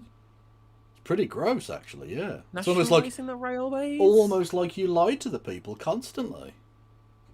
Well, they nationalised the franchises, the trains. That's true. But that's all they said. That's all they said they were going to do. Well, yeah, but that's not nationalising trains, then, is it? Yeah. Oh, the Aussies have won the toss and are going to bat. Okay, then. I'll see you on day 3. Over. Already over. I'll see you on day 3 when we get to bat twice. Change that is happening as a result of the decisions that we're making. Oh, true. Would your viewers be able to rattle? True, from 16-bit Mango. It was in the other manifesto, right? Because there was actually like a shadow manifesto. Ah, good. Well, at least someone knew then. Not the British public, of course, but somebody knew the plans. Off those achievements as clearly and consistently as the things they think we've gotten wrong or the mistakes we would say ourselves we have made. I don't think so. And that's on all of us, myself included. We've also got to make sure we're making values-driven arguments for what we're doing. But do you And understand? You don't have any fucking values. What are you talking about? That's why the Green Party are fucking flourishing and you're dying on the vine. Because you gave up on doing values or having any kind of set of principles or even moral guidelines. You're just a disgusting, like, just move further and further right to chase voters you can't possibly win, completely leaving the left of politics abandoned. That's all you've done, and you're dying because of it. Whereas the Green Party are literally saying, hope is a good thing. Should we do hope? And now they're about to overtake you in terms of membership, you dopey bastard. Fuck's sake. Anyway. If you don't like the changes that we've made, the door is open. You can leave. It's like he was in the room with us. That was eerie, wasn't it, chat? And that argument more effectively. Why some of your colleagues in your own party are saying you're on manoeuvres. Do you get that? Are you? The thing I'm focused on, and the thing I've always been focused on, is doing the job the Prime Minister asked me to do, and the job that I have loved doing. Which is privatise the NHS. Yay! And by Prime Minister he means Morgan McSweeney. Just to clarify. Even on the most difficult days like this for the last 18 months. That's not a no. And, you know, and let's just be kind of fair for a moment. The Christmas special of the New Statesman is a year-end great magazine available in all good newsagents. Other magazines are available, as this is the BBC. And in it, of course, you look back and take stock. And looking. Are you on manoeuvres? Looking at no, Yes or no? absolutely not. Right. And looking at the opinion polls and looking at where the country is at the moment and how the public feel about politics. Of course, we've got to be reflective, and of course, we've got to make sure that we enter 2026 with our best foot forward, making the case for what this Labour government is doing, the lives we're changing. If Labour continues to languish in the polls as each month goes by, would you ever consider going to the Prime Minister and saying to him, we need a change of leader before the next election? We've been in tight spots before as a Labour Party. And one of my observations is that Keir Starmer as a leader has been consistently underestimated. Oh, God, this is pathetic. This is really, really sad. He was underestimated when he put himself forward to become leader of the Labour Party. People said he's never going to win. He did. Everyone knew he was going to win. Yeah, Everyone knew he was going to win. He was the fucking shoo-in candidate. Because he lied and said he was going to do socialism. So the party voted for him. Yeah. Yeah, the 2017 Manifesto foundational document, chat. Yeah. He did. They said he can't change the country. I think we are bringing change to the country, but there's a lot more to do. Politics is a team sport. The fucking Luftwaffe brought change to the country, you cunt. That in of itself is not an endorsement. Jesus. And every member of the team, myself included, putting our shoulders to the wheel to turn the country around. Health Secretary, thank you very much for joining to Newsnight. Thank you. Thank you. That was pathetic. What a shambles. Grotesque, wasn't it? Thank you, Vanessa, for upping your prime. I missed that. It was an hour ago. Fuck me. Don't forget, chat, you can give us both money so that we can sit here shouting at Wes Streeting. Shut up, Wesley. That's all you need, really. Yeah. Labour has a misogyny problem. True.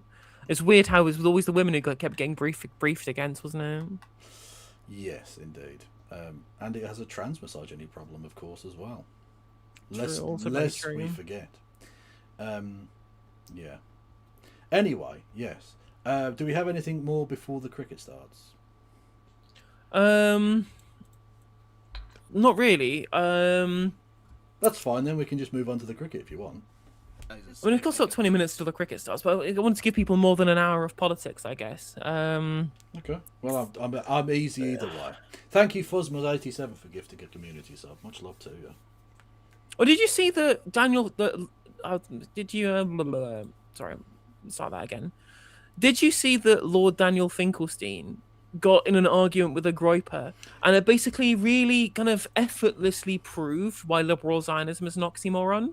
I did indeed see this, yes. He got into an argument with a white nationalist who was using the argument, which is one of the reasons that, you know, I've sort of elucidated before, that white nationalists love Israel. A, because they kill brown people, but secondly, because they offer an example of why ethno-states should be allowed. Because if you're okay with Israel and the Jewish people having their state, why can't the whites have one?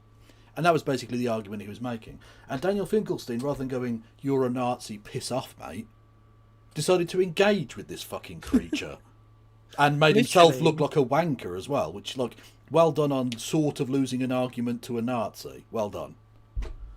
100%, 100%. So the actual tweet that was put out is a guy called Connor Tomlinson, who I think has done stuff for like GB News at some point in the past.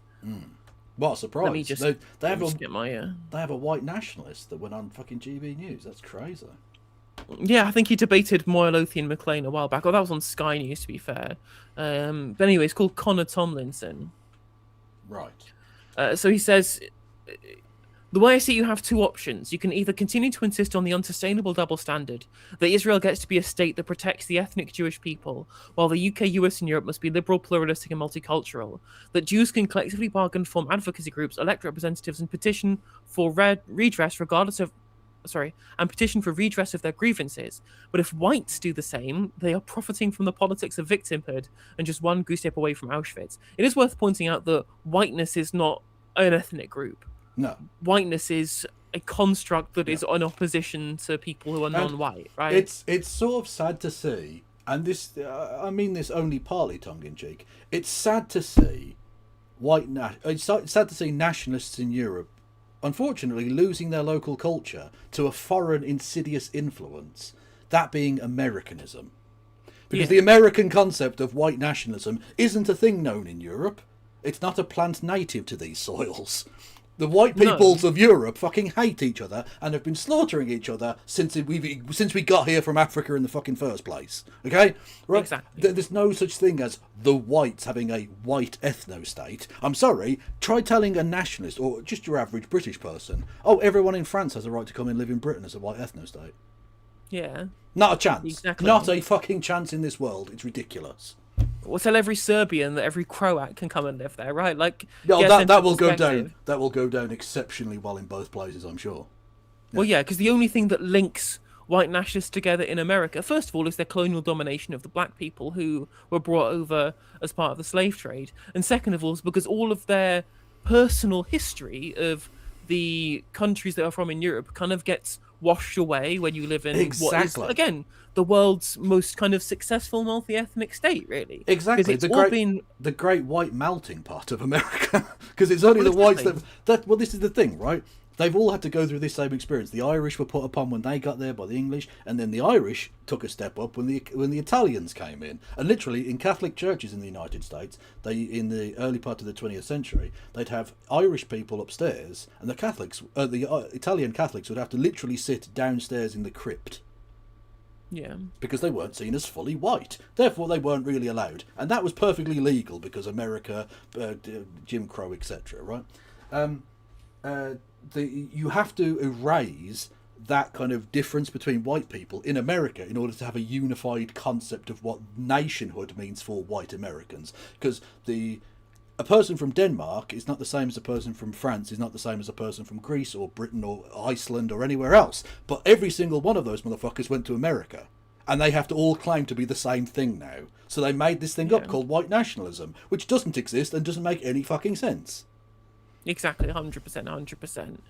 The thing is, the salient point here, right, is that this person says, you can keep expressing your horror at the ongoing historic atrocities committed against Jews while supporting the migration of policies which comparable horrors on whites, which visit comparable horrors on whites, like the Pakistani rape gangs. Nonsense, by the way. Absolute nonsense that somehow that there is an equivalent nature of oppression against white people than Jewish people, a real kind of nonsense claim regardless. But he says you can continue to condemn and call for the censorship of provocateurs like Nick Fuentes while failing to understand how his audience organically dwarfs yours, which is a weird statement to make. I mean, he's a member of the House of Lords, not like an online political commentator. Yeah. Also, again, gotta love the fact that you've got one of the leaders of white nationalism called Fuentes. Real Anglo-Saxon vibes coming off Monsieur Fuentes. Not Monsieur, Senior. Whatever, you get the idea. Yeah.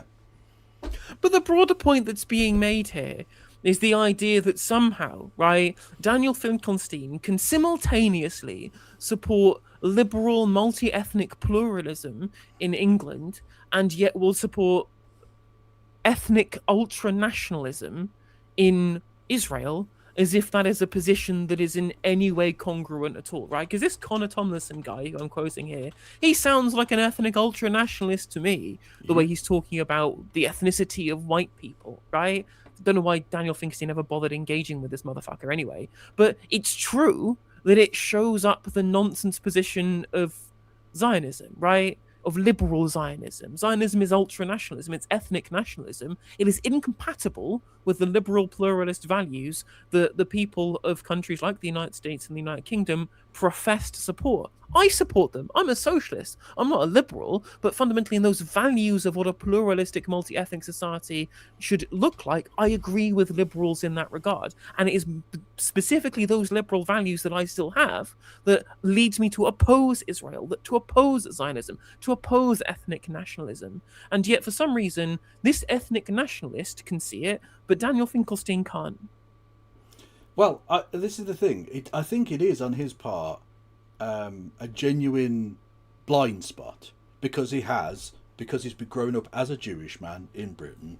He's been inculcated with this concept that his Jewishness is intrinsically linked to the state of Israel, even though he's not from there. As far as I'm aware, he's not a citizen, although he might be, and it doesn't really matter either way. Either way, a sense of his internal self has been inculcated from the very first day he was born that Israel is a part of him, in the same way that any kind of religion does, right? The old Catholic Church mantra of show me the boy and I'll give you the man. In other words, if you get them young enough, you can make them believe fucking anything, including that a state you've never been to, that you have no actual connection to whatsoever, is intrinsic to your Jewishness, to your very fucking identity. And so that forced him to put on blinkers where he can't see that obvious disparity between his professed liberalism, and I'm sure it's legitimate, I'm sure he does actually believe that about Western countries and so on and so forth, and the, like you say, the ultra-nationalist, ethno-nationalist evil of Israel. Because inside himself, in order to admit that, would be to admit in the warped logic of the person being twisted by a religious belief, is to admit that part of yourself is wrong and corrupt in some way, which is very difficult on a psychological level to deal with. And secondly, it would force him to completely revise all of the politics that he's known as an adult, which again, psychologically, is very difficult to do. Usually people don't just change on a dime like that. They go through an evolution. It happens over a long time of learning and pain and suffering to get to a new person, a new better version of yourself. And that can be very difficult. He's an old man now. He probably doesn't want to fucking change. He's in the Lords. The likelihood of him changing is very slim indeed. And so that's why he puts on those blinkers and just pretends like there's no disparity between these two things, even though they are gulfs apart. Exactly, 100%. He gave a response, by the way, to this person. As you said, he got involved in it. This is what he said.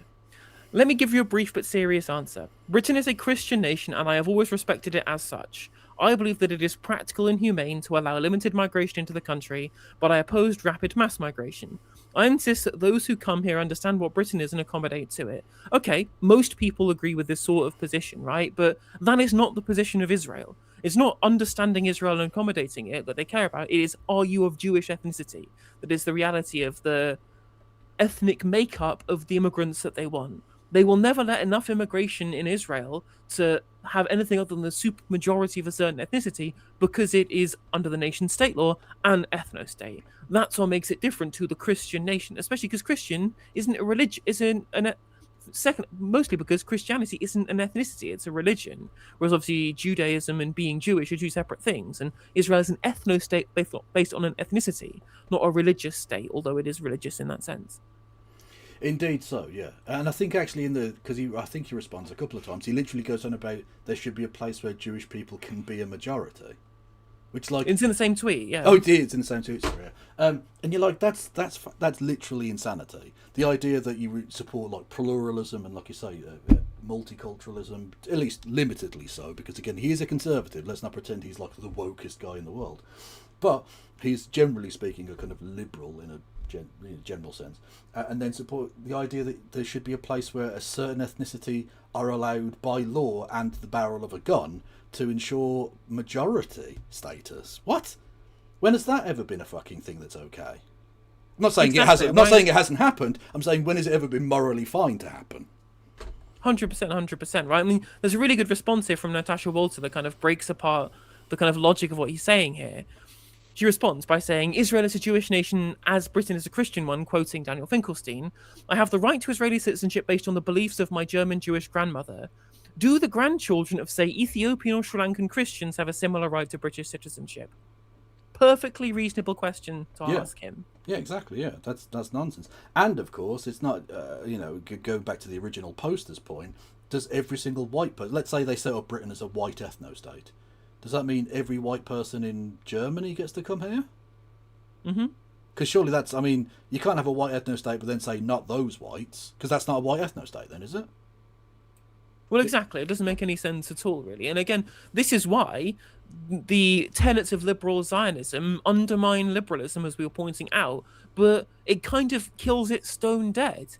It's allowed the kind of voices like Connor Tomlinson's to be able to flourish because they see this innate contradiction and believe, well, if you believe Israel to be correct in its level as an ethno-state, then I must also be correct in my belief about the UK, and your position is the one that's untenable here, mine is the correct one, which is, again, the corollary to my position, which is, well, no, the ethno-state position is incorrect. I believe in liberal pluralism, and I believe that universally.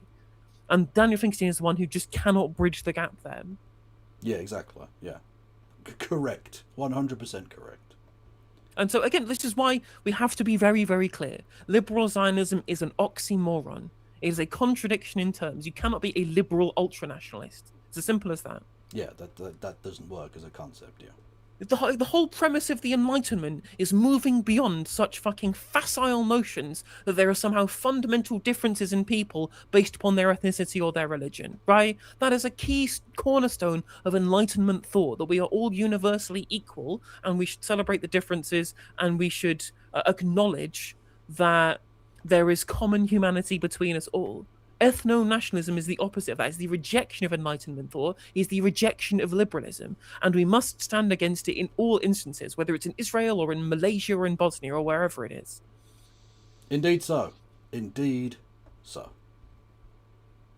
That's all I've got to say. That might be a decent clip, actually. Yeah, I'm definitely going to put that up as a segment because it's so frustrating because you look at Connor Tomlinson, you go, how the fuck can somebody believe it? I'm like, because every liberal believes about Israel. Like that's it, right? Like you cannot argue the necessity of liberal pluralism if you in the same breath undermine it with the way in which you kind of triangulate your support for Israel. Indeed so. I'm just trying to find a totally legal stream of the cricket, and my usual sites for definitely doing this legally are not working for some reason.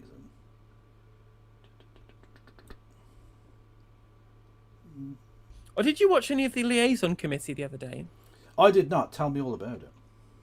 I mean, there wasn't much. There was one Tory MP who just brought up every part of the ministerial code and then brought up times that Keir Starmer had broken it. It was very funny. And the second, a Labour MP went up to Keir Starmer and said, "Did you know that some farmers are thinking about killing themselves before April when the inheritance tax changes come into force, so their kids don't have to pay inheritance tax? Do you not think that's unfair?" And I'm just like, no, I think those people are fucking insane. Yeah, those people. I think there are bigger problems at play than just a tax change.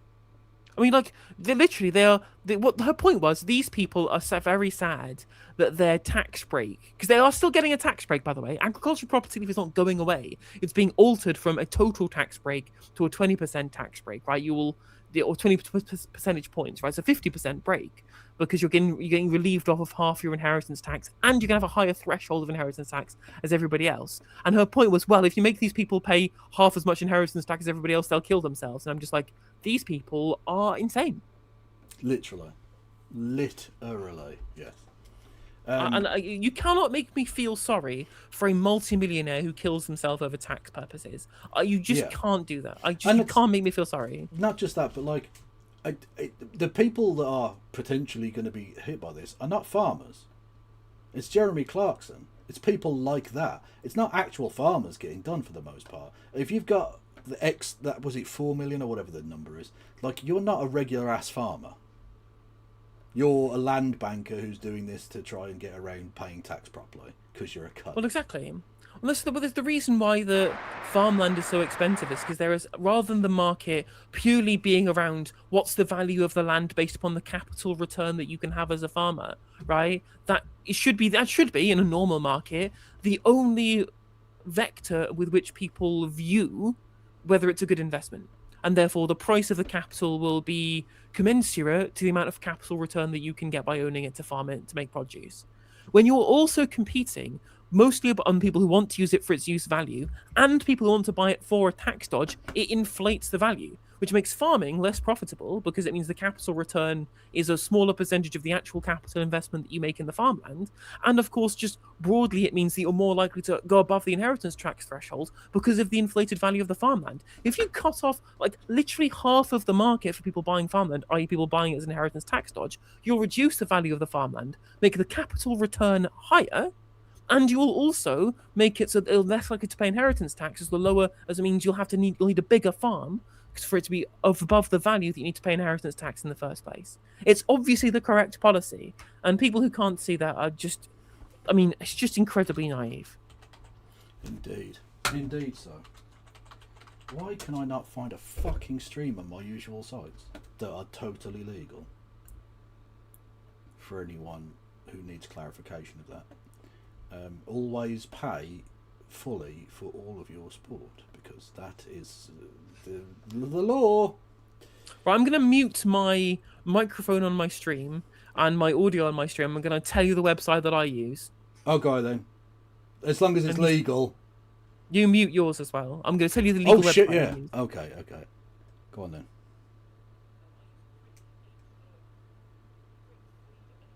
I think it's the one I use. Yeah, or quick H. I'll pause you because I thought you'd stop saying things that might be dodgy. Anyway, just DM me a link or something. Yeah. Okay, you're now live. Stop it. Okay.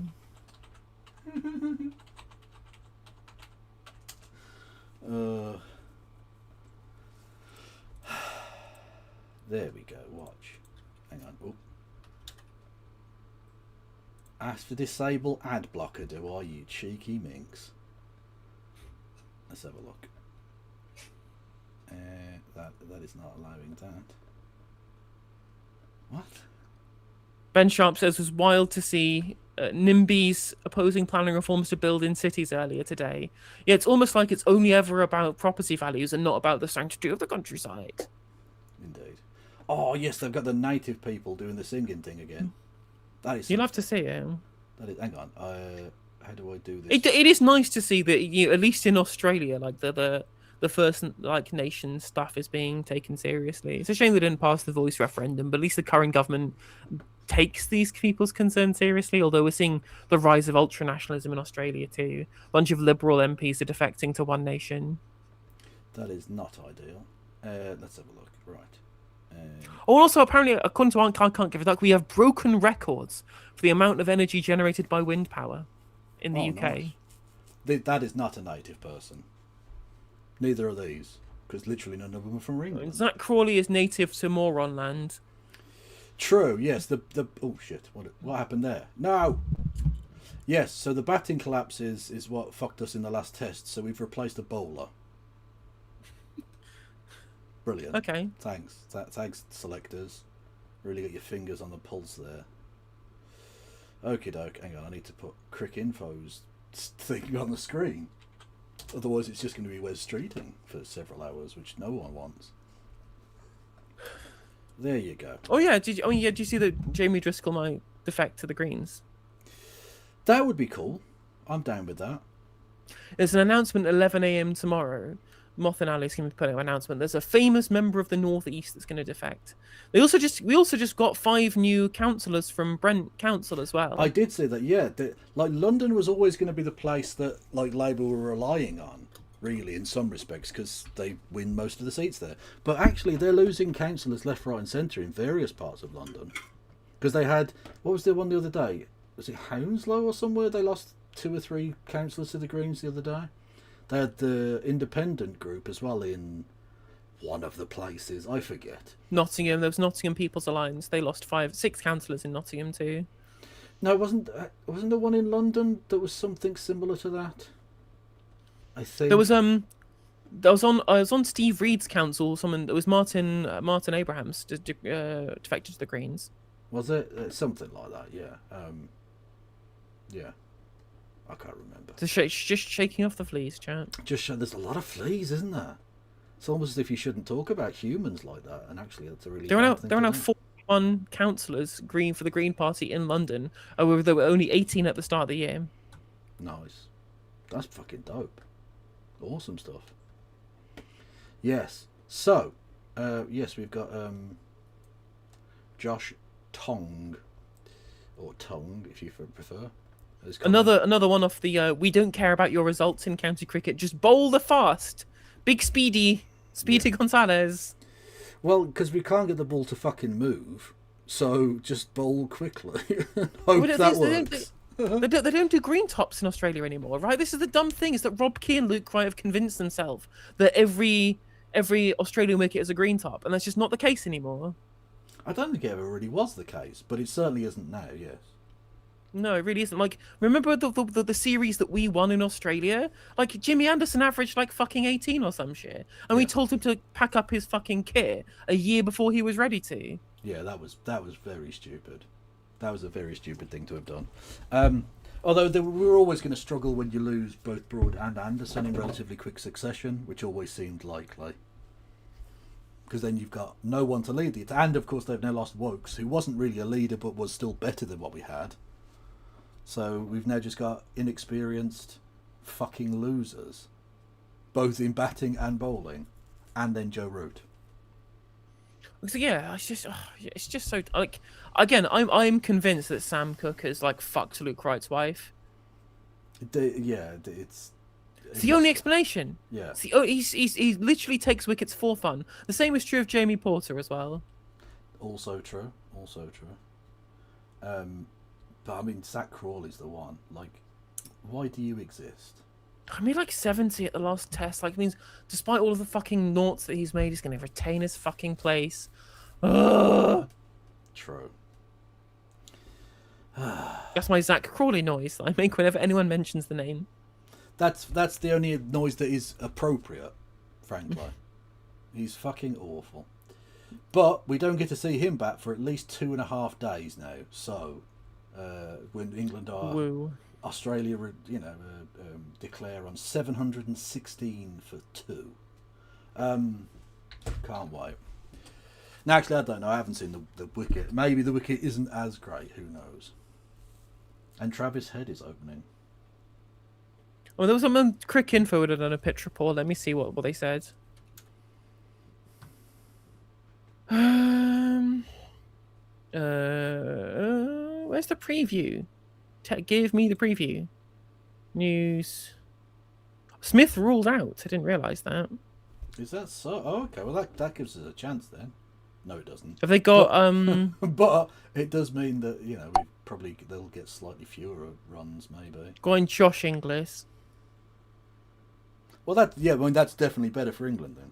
So yeah. Yeah, it's true. I mean, he is the best batsman in the world. So. Although he's still very ugly to watch. He is very ugly to watch. We know he does the job, and that's the thing. What's funny is that people are talking about who, like England and Australia's greatest. Like the people kept saying Steve Smith was Australia's greatest batsman, and I was just sorry, surely Donald Bradman is the greatest batsman ever. I mean, that's not true, but then again, like it's a different time with different bowlers, different techniques. Although to be fair, on uncovered pitches, right? But if you want to have it like the post-war era, surely it's Ricky Ponting. Yeah, I think that's a fair shout. Yeah, I genuinely do think that's a fair show. also, Also, I wanna say thank you- interestingly, he would have averaged 100, the Don, except he got out for a duck in his last match, and so when they decimalised it, it was 99.82 or something. Yeah. Yeah, it's quite funny. It's quite funny. The reason why I say Ricky Ponting specifically because I think that he was better in England than Steve Smith was, right? We all remember that And- 2013 tour where Smith couldn't play the fucking ball. True, and he's not a cheating cunt. Also true.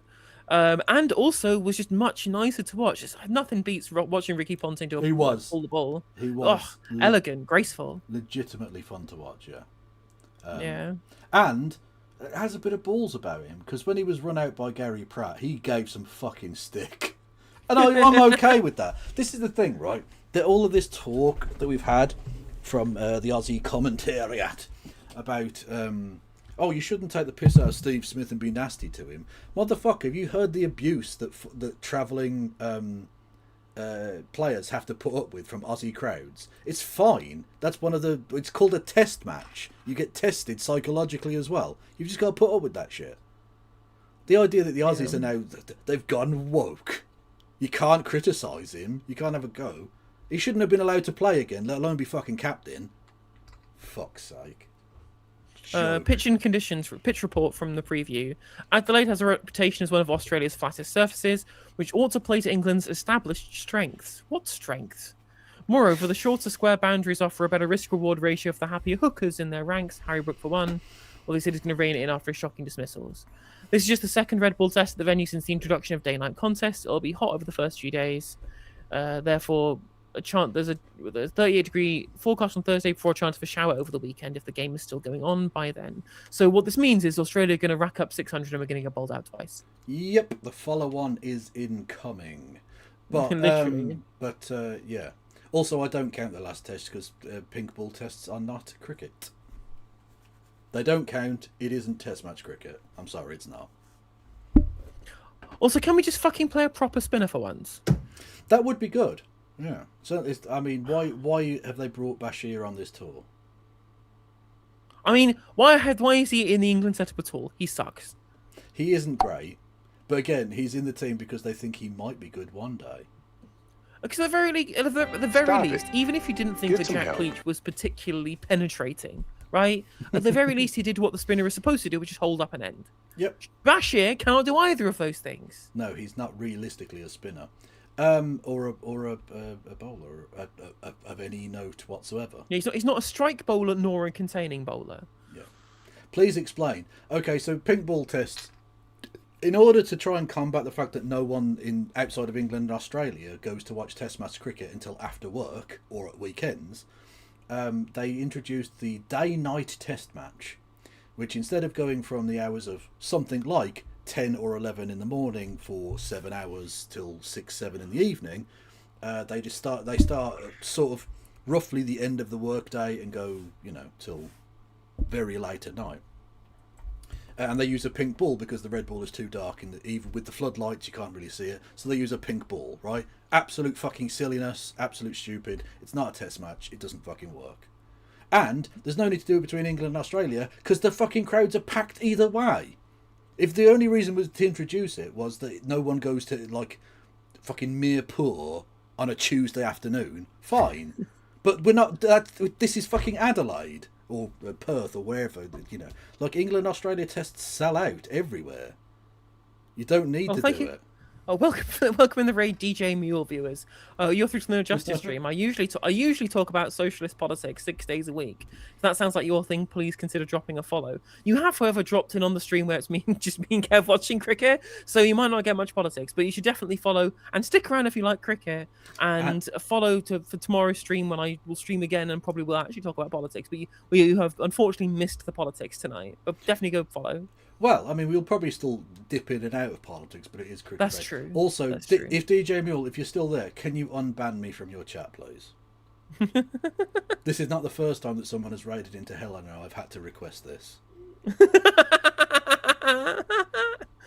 Anyway, you're just a ragamuffin. You're a troublemaker. I am. What the fuck was that shot? It's a single either way, but that was fucking It's a weirdo one. It's Travis Head, not a classically elegant batsman. Hey, thank you, Sam Outside, for the 5 gifties, and DJ Mule for also gifting a sub to DJ Mule. That's very, very appreciative of all of you. Oh, by the way, I'm here with Kevin Logan. Sorry, I should mention that. I'm here with KF Logan 1875 on Twitch. You should follow Kevin as well. That is the person you should put into your banned persons list to unban me. Please do. Is KF Logan 1875 is the account you have to unban.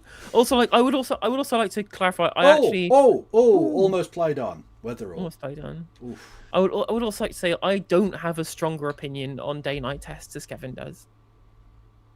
Well, that's because you're wrong. And that's fine. You're allowed to be wrong, but you are wrong. He had no idea where that ball was. That could have gone anywhere.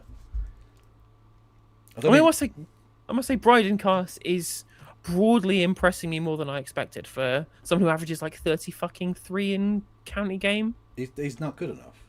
But to be fair, he's probably one of the best we've got. But he isn't good enough. Fundamentally. No. I mean, again, I think the best that we have is Sam Cook, and they refuse to give him a fucking cap. True. Oh, he's getting a little bit of movement here. Which will happen for like 3 overs until the shine goes off the Kookaburra. The Kookaburra. Shittest ball ever. Yeah, what's the point? Create a ball that can swing for more than 6 overs. Otherwise, what's the point of it being used in a test match where you have 90 plus overs in a fucking day, in theory, but never actually? Like even the SG ball, which is like fucking 20 years old, is less shit than the Kookaburra. That moved in off the seam mostly, I think. That was a genuine bit of seam movement. But yeah, the seam also disappears from the Kookaburra in like 5 minutes as well. Also true. Oh! No, that's not out, but it's still he's delivered 3 absolute beauties in a row there, really. He has, yeah. Someone else in chat, like, is there any equivalent of the Premier League in cricket? Well, there we get the county game. So the club level game for the English players, the England and Wales game, is county cricket, where the 2 counties field teams, and there are 2 leagues, right? There's just League 1 and League 2 in the county game, basically, and then lower leagues that are of smaller counties. Yeah. There is also internationally in the short form of the game, which is not what we're watching at the moment, which is 2020. There are international cricket leagues that are similar. There is an Indian Premier League, which actually Indian Premier League is there is more money in the Indian Premier League than in the Super Bowl. Literally true, yeah. Massive. Yeah, the only sports league, the only domestic sports league with more money in it than the Indian Premier League is the English Football Premier League. Yeah, indeed. Well, that's the thing. Even though lots of Indian people are poor, there are nearly 2 billion of them. So when they're interested in a thing, you can advertise like fuck, and that's do. Also true. They really, really fucking do. Absolutely, absolutely. It's also worth pointing out that India has its own version of county cricket, which is called the Ranji Trophy, where the what they call the states. The states of India compete against each other, and then like other broad groupings like the army and like the railway workers as well. Yeah, they do have some weird teams, like that. Yeah, and banks have had teams in the past as well. Literally, not just they'll sponsor it, but literally it's the bank's team. The bank is so big around the country, they'll have like the Bank of India 11. They'll just play like a normal team. Like that is a thing. Yeah, like in the Ranji Trophy, you have Uttar Pradesh versus Railways, which I think is quite funny. Yeah, I like that. Yeah, that's fine. Yeah, I think it's great. I think it's really sweet that they have that. Like, it's interesting. You look at like there was a really interesting spinner from Sri Lanka called Ajanta Mendis, who got figured out pretty quickly. But there was a time when he was the mystery spinner du jour and he was getting wickets for fun. But he was literally a cricketer who competed in their domestic game for the Sri Lankan army. Literally true. Well, this happened in the Soviet Union as well. They literally had teams like Lokomotiv Moscow was the team of the railway workers. You know, that was the thing that happened. We need that more back. We need trade union sports teams again. Well, it happened in England. I mean, the reason that teams are often nicknamed things is because of like the industry from which it arose. Like the Hatters in Luton was hat makers. That started that organisation. You know. So it's not unusual. It's just like they want to detach that now from like its past or whatever. It's very sad. Yeah, for sure. I mean, you don't want anybody who's sponsoring a big sports team to get the ideas that maybe these big companies should have less money. That is true. Yes, no, none of this evil socialism in organisations set up by workers, friends of workers and such. Yeah. Arsenal. Well, to be fair, Arsenal were named after the Woolwich Arsenal, but I'm not sure that they were set up by workers from the Woolwich Arsenal. Yeah. Which people Or might be indeed interested. They might be Yeah, interested. or- They're not from Woolwich anymore. They're now in the north of London because they moved. Yeah. Indeed. And they don't have any like link to people who were in like the artillery regiment. No. Although they're called the Gunners because again, the Woolwich Arsenal was where the king's guns were kept and such. Yeah. And they were from Woolwich initially, and then moved.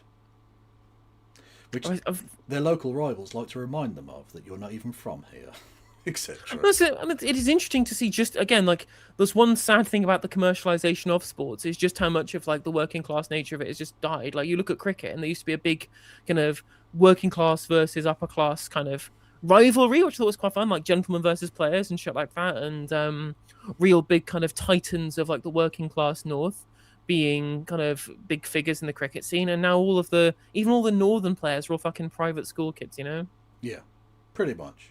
You get the odd one sneak through, but I mean, it really is the odd one. I mean, hence, why do you think Zach Crawley keeps getting picked? He's from the right fucking school. Yep, he's got the right face for it. That's it.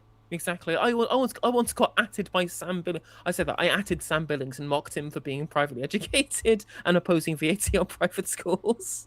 Wow, good. And he got Fuck mad at him. me in the replies. Yeah, exactly. Fuck him. And then it's not just cricket as well, like football. Like you look at what like the Glazers and Jim Ratcliffe have done for Beamer. Manchester United, and you think, well, these like Manchester United used to be a really big like there was this really big working class kind of socialist element to the Manchester United football ethos. That's just fucking died and it's become a kind of corporate slot fest. Well, and so is the literally- team. Well, so many of the great players and managers of yesteryear were socialists. Brian Clough was an avowed socialist. I mean, Jurgen Klopp is a socialist even to this day. Jurgen Klopp is a socialist, to be fair, yes. Although he's a bit weird. A bit weird, but still, True. yeah. Loads of the great Liverpool managers were socialist. Jock Stein, the Glasgow Celtic winning manager, he was a socialist. It was a big part of it because it came from the working class. It was a working class sport, And I mean, it is worth pointing out that even to this day, most football players still are from working class backgrounds, right? Like, yes, the training regimen there's still a lot of money in it, but the level of prestige that's kind of part of like the upper class nature of cricket has still permeated through the sport for a very long time, and it hasn't gone into football. It's still mostly young working class kids who grew up playing football at school who get spotted in training grounds by scouts from these big teams, and they'll go and play in the training academies in Manchester or whatever it is. Like I used to live around the corner from it, in the one in South Manchester near Platfields Park, I think it was. Heaton. The city. Heaton, isn't it? Is that Man Maybe United? that's- Man United. Oh, maybe that's United, isn't Heaton? Yeah, because it was in Platfields Park. Was near the city one is in South Manchester. Okay. And yes, and that's mostly made up of just young working class kids. Because it's at this time of recording, right? If you're growing up in a working class area of the country in 2025, your 3 opportunities are university into graduate job, YouTuber or footballer. That is it. Basically, yes. Yeah. Oh, for some reason my notifications aren't working, so I didn't see. Thank you, Fuzzmos, for gifting a sub. Thank you, Mr. Peter Wood, Mr. Peter Wood, for resubscribing for 14 months, and thank you, Sam Outside, for 5 gifted memberships. Much love to you. Beautiful stuff. Love it. Yes.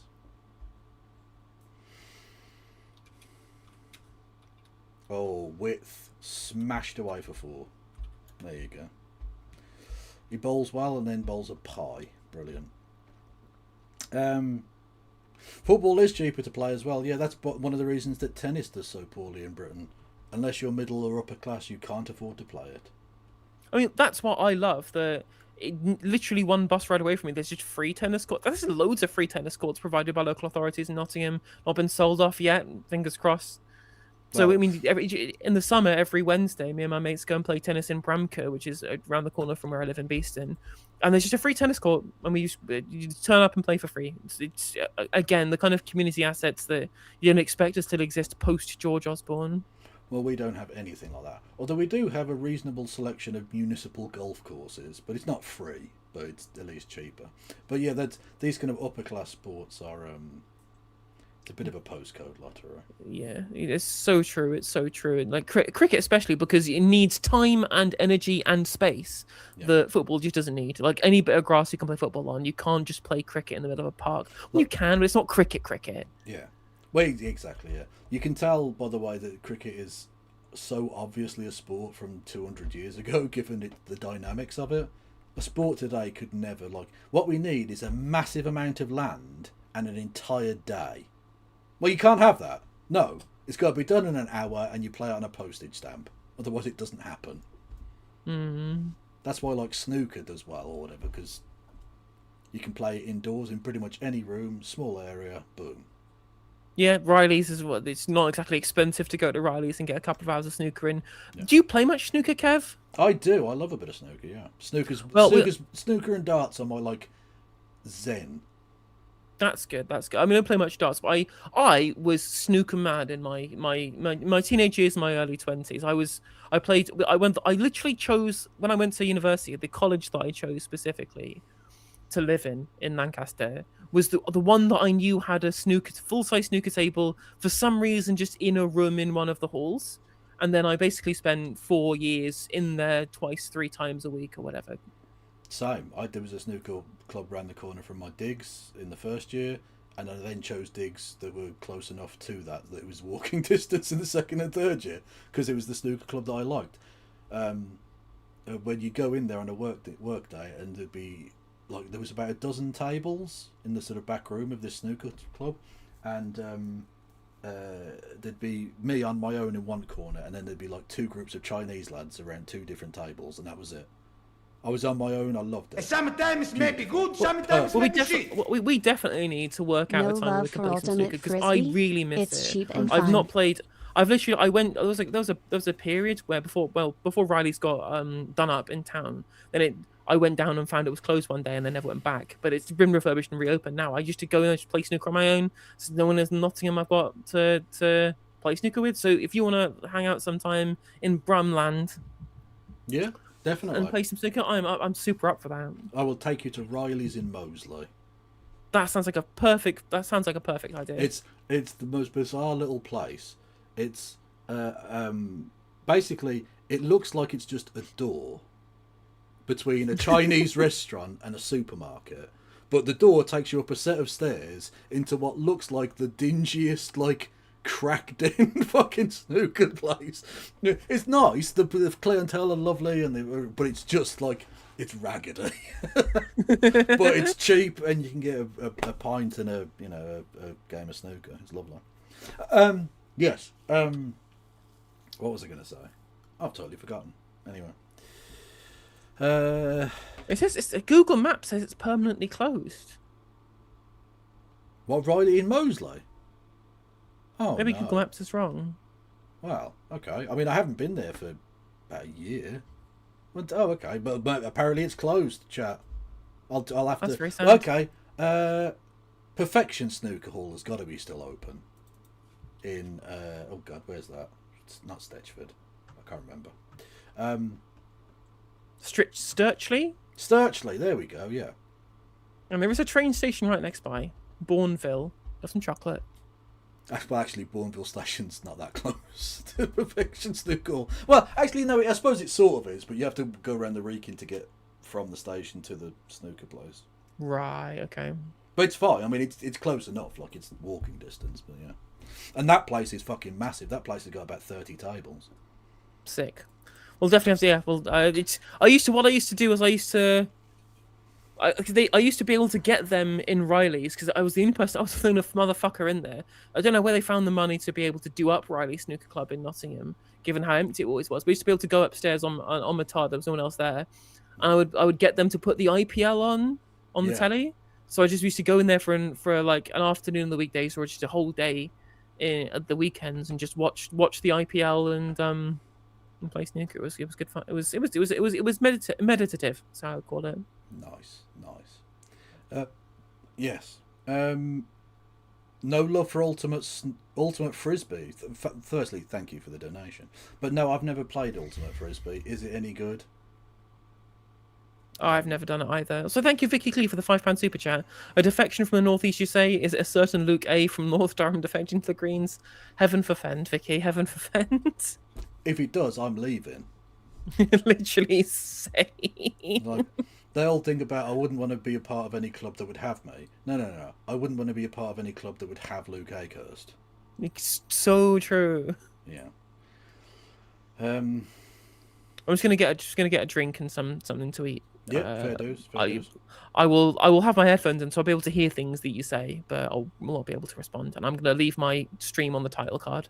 Okay. Which means soundboard will be on, chat. Make use of it all you want. Yeah. Okay. So if you they can hear but can't respond, I'm just gonna go, oh, podcast, oh, for 5 minutes. Fuck yes. Hello there, fellow snooker player. Well, of course, as a Scot, it's isn't it in your blood you have to play snooker? I think so. Although you don't have to be a melter like Hendry.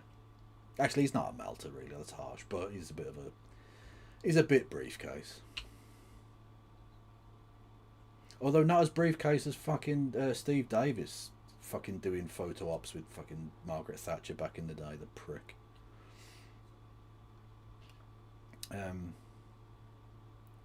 My copium, I was beaten by the best. What does that mean? What? What are you talking about? Luke Akehurst is a war crime. True, bestie. Fucking true. Yeah, apologies if I'm missing super chats or whatever, but that's, yeah. It's because I'm not a good streamer or a good person. These are facts about me. Fun fact, my mum delivered all of Hendry's...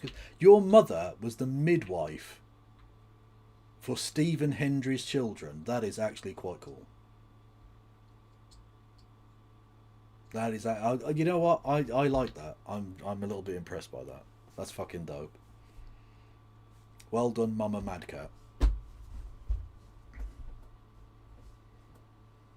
How many did he have? Or does he have, I suppose?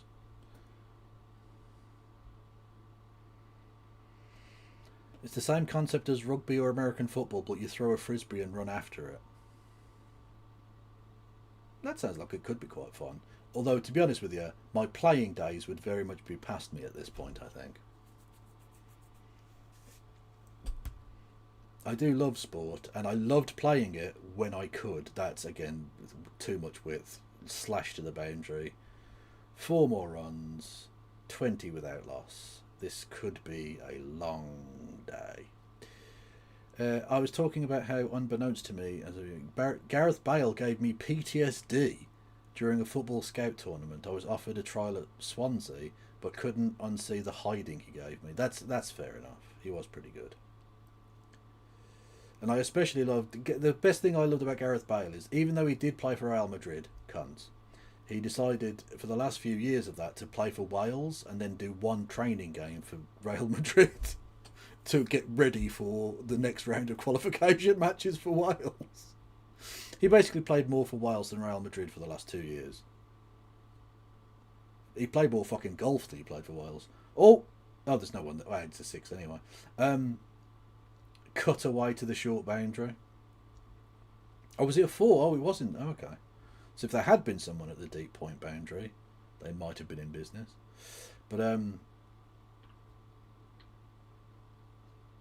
because that was definitely very much on the up. Yeah, he's thrown in too much width and bowling too short now. Yeah, Wales, Golf, Madrid in that order there, that was the thing. And he held the flag as well with that on it, whilst he was still being paid like 600 grand a week by Real Madrid. Oh my god. What an absolute ledge. Oh! I'm not sure that was a very good leave. I mean, technically it went past the stumps, but I'm not sure it was a great leave. Are you enjoying the cricket, Kev? I mean, I do enjoy watching cricket regardless of the... That was very fucking close to his off stump, man. I'm not sure you can be leaving that one. Fuck me. That was very tight. Yeah, so I enjoy watching cricket regardless of... Actually, no, height. No, the height was fine. I'll let him have that. But the line was far too tight to be leaving. Oh, hit him on the head. Short ball, bang. Actually, did it hit him on the head or the arm? Let's have a look at the replay. So yeah, no, I do enjoy watching the cricket. Yeah. Well, Scouse Raw as a. Well, actually, it hit him on the bat, then the shoulder, then the helmet, and it was a no ball. So everything happened, and yet nothing really happened. Is that the third no ball he's bowled already? Is this Mohammed Amir Mark II Electric Boogaloo? What's happening here, Cast? Come on now, lad. Sort yourself the fuck out.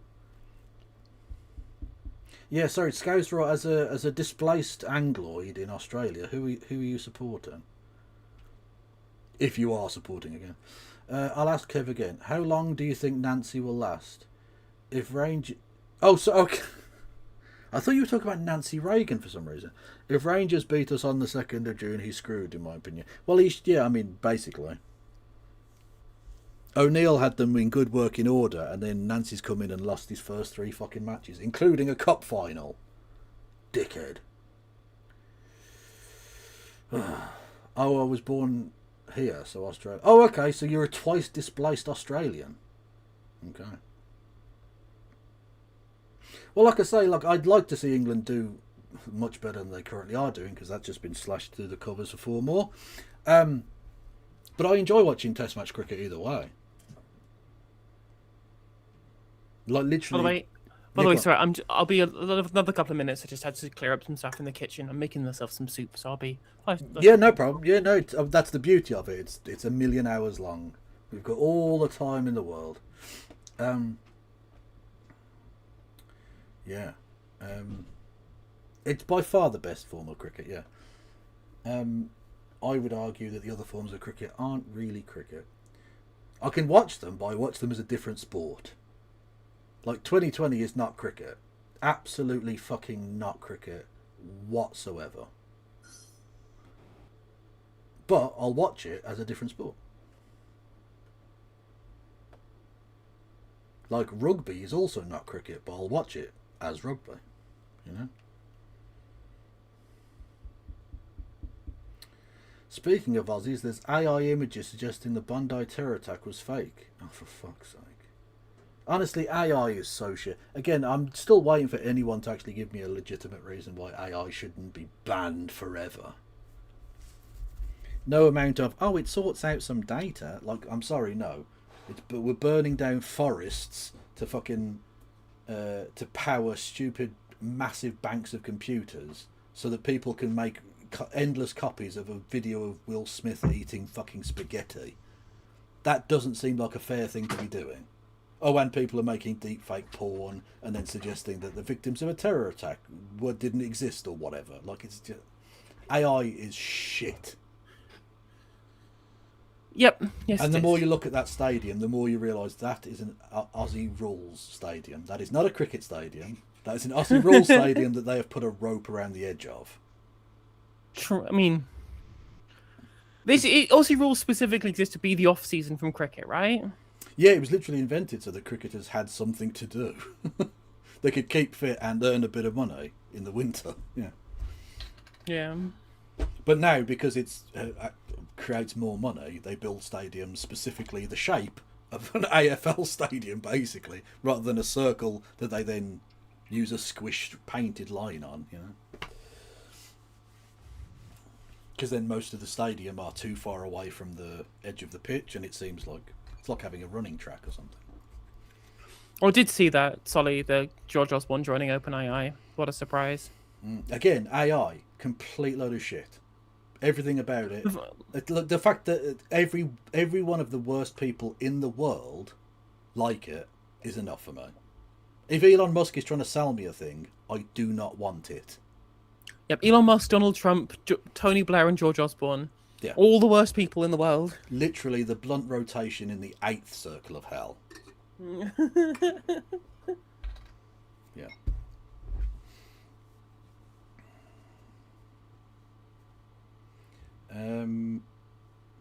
I was looking for the video or previous live stream of fish hitting a twat in the face.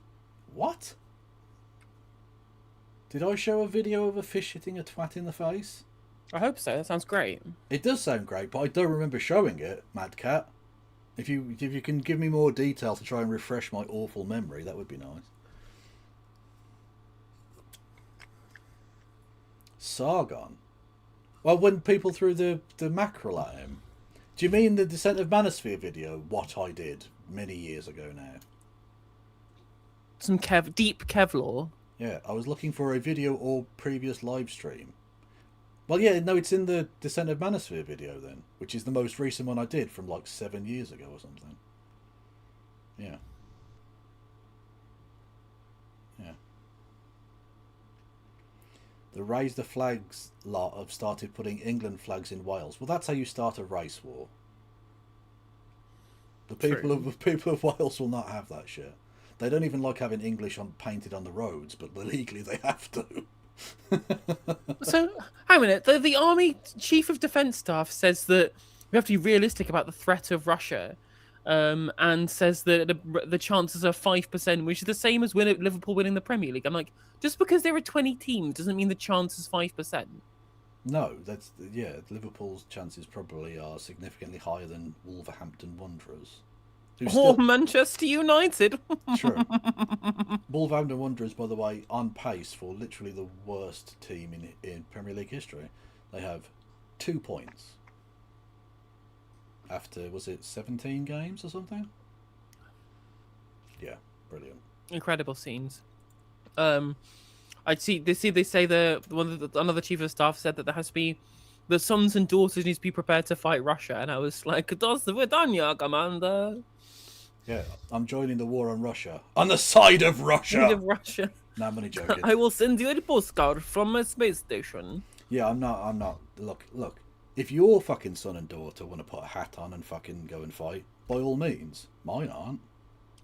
My favourite response was somebody on the street, Swing to Politics Joe, who said, "I'll serve crack before I serve my country." True. Very true.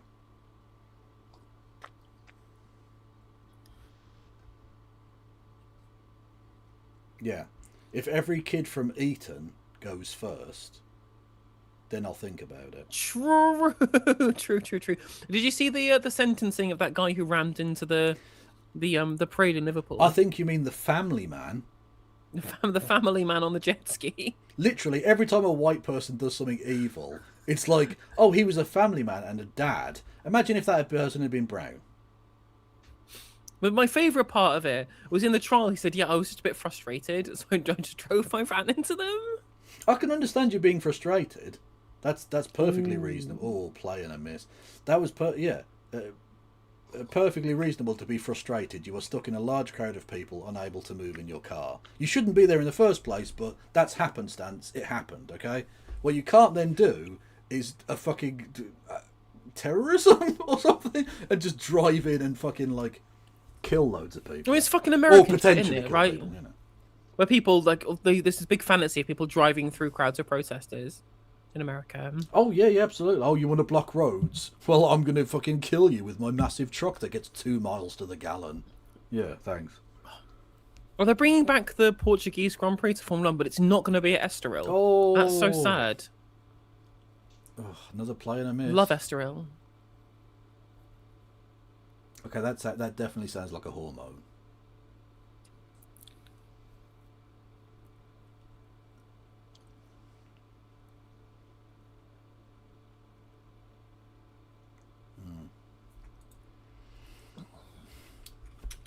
Also, I am reminded of, because this is the first Ashes test since my friend passed, of the amazing events of I mean, you will remember, of course, the famous Edgbaston test where England won by 2 runs. You know, Jones, Bowden, etc. Kasparovich the men to go, and Harmison has done it. Even though, of course, he wasn't out. It wasn't out. His hand was off the bat. But you know what? Before DRS, no chance, mate. And by the time they get down to number 11, the DRSs are usually gone. Anyway, the point being, my friend, who is now unfortunately no longer of this world, we spent the penultimate day of that test match. We went to, I can't remember his name. He was a Labour Lord. I think he's dead as well now. And it was his birthday party in like Worcester. And so my dad, my now late friend, and me driving to Worcester, listening to that test match and trying to find snippets of it at the pub as we were sort of passing and all the rest of it. Yeah, an amazing experience. And then we got there. And it was a lovely day. And it was like England are definitely going to win. Everyone was happy. Yeah, it's fantastic. It slowly creeps in, doesn't it? And then Councillor Albert Bohr, who was the former leader of the Birmingham City Council, who'd been criticised for converting to Islam to marry his Muslim wife, drank more than anyone else at the party. Absolutely off his fucking tits. It was amazing. And I remember explaining to a member of the House of Lords the meaning of the song Buffalo Soldier by Bob Marley, of all things. And then, yeah, and I was very, very hungover the day afterwards. And it was the same, that was the day that Robin Cook died as well. It was, wasn't it? It was. And so we heard about that on the way back, so we were like, oh, whatever. It was a bit of a downer. And then I woke up hungover as fuck, missed the start of play, and literally turned on the TV as Shane Warne trod on his wicket. Oh, what a time! What a time to perfect timing. And then thinking, oh, we'll be all right.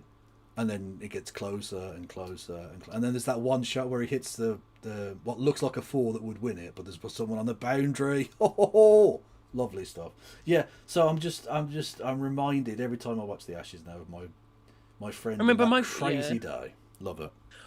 I remember where I was exactly when I found out that we'd won by 2 runs, because my parents had taken us on a trip to a botanic garden at the time. And I remember like pestering my dad, who were kind of one of the first kind of internet-enabled phones. What's the cricket score? What's the cricket score? And it's like, oh, we've won by 2 runs. And I was like, well, I wish I was watching this. As much as I love botanic gardens, you know, Well, you it's not quite the same as the Ashes. You're a few years younger than me, aren't you? 30. I'm 30.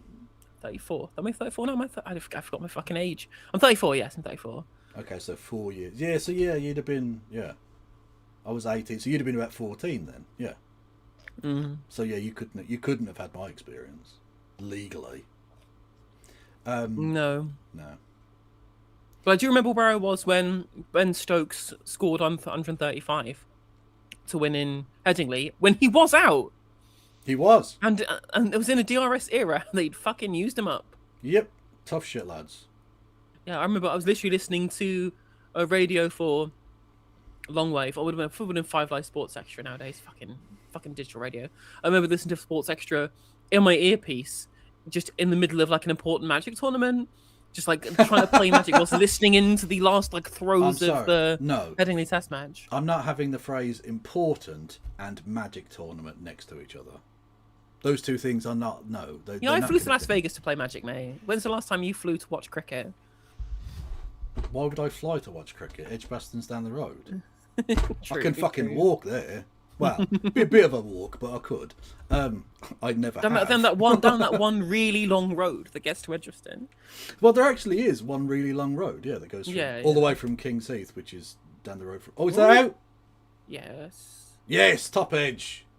Yes, Jofra gets it done. I remember being the definitely English Jofra Archer takes England's first wicket. Okay. But yeah, I remember being stuck in a really long taxi ride on the way to Edgbaston when we went the other time.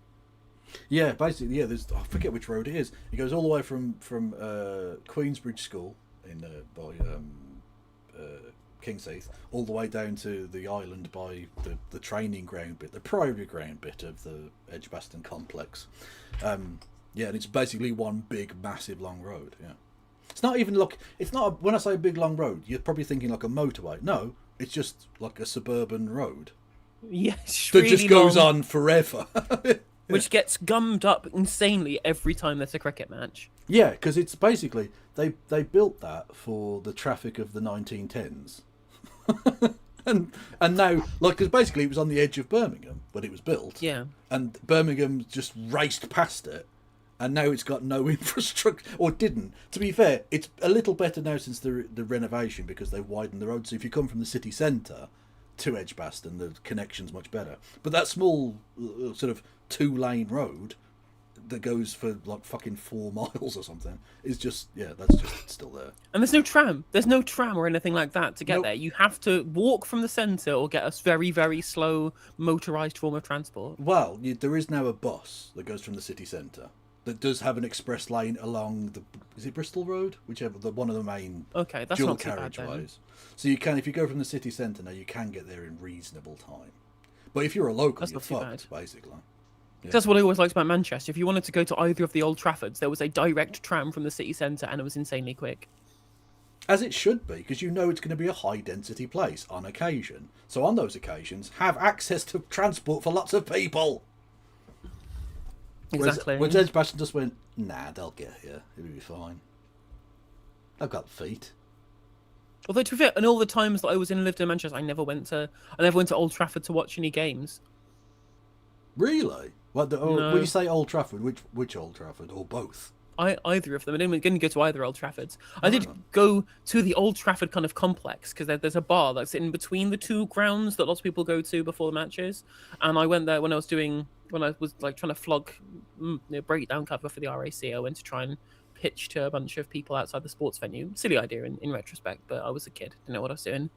Well, I did go to, well, actually, I've been to both. Old Trafford, the cricket stadium, and Old Trafford, the football stadium. The cricket for an England match, I went for a day against Pakistan about 6-7 years ago, whenever it was. I went to Old Trafford, the football stadium. I got to see Man United. This would have been back in about 2000, I think. I went with my dad because look, we're massive football fans, right? So we had the opportunity through his union connections. He has basically my dad can go and stay in any city in the country because he knows people there through the union. Right?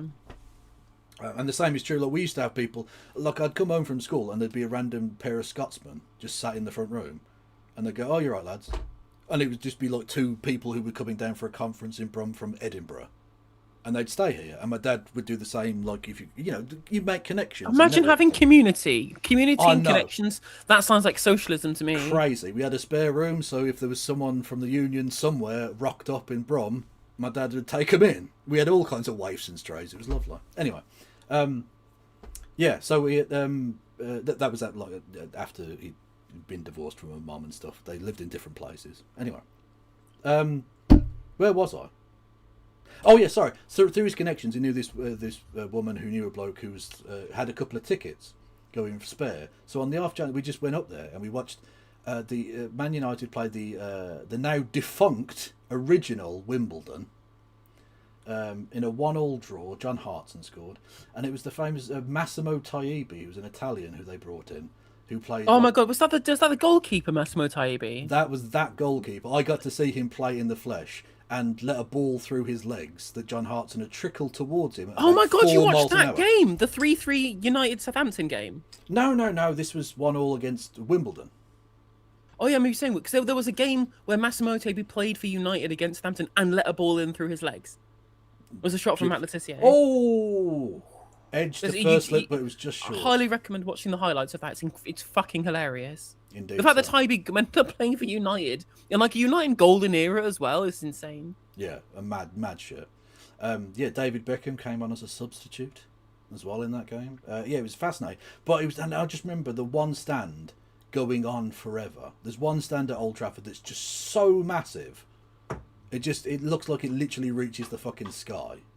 Insane. It is insane. Yeah, massive stadium. And that was before they let it crumble and start letting in rain and stuff. It was lovely. But yeah, mad game to go and watch. And then we went back to, because this woman who we knew, we were staying with her in was it Bury or Oldham, one of the satellite towns. Anyway, if it's United, it's probably likely Bury. Oh, what a take! Second wicket down. Oh, hello. And it's Travis Head as well. Fuck that guy. Yeah, Oh, he's a Travis nice Head- guy, but he keeps beating us. Yeah, Travis Head tried to whip it through the covers, and I didn't see who it was, but dived to their left. Very, very good catch. Is that Crawley? Well, Zach Crawley did something good for England. Awesome. Insane. Yeah.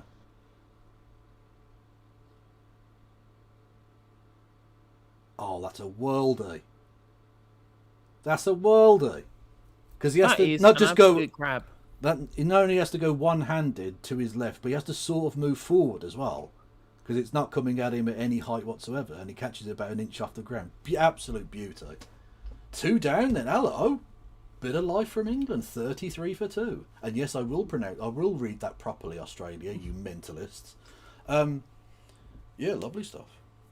I've sent you on the in the DMs the video of the Southampton game that I'm talking about. Where Tybee also lets a ball thrown through his legs.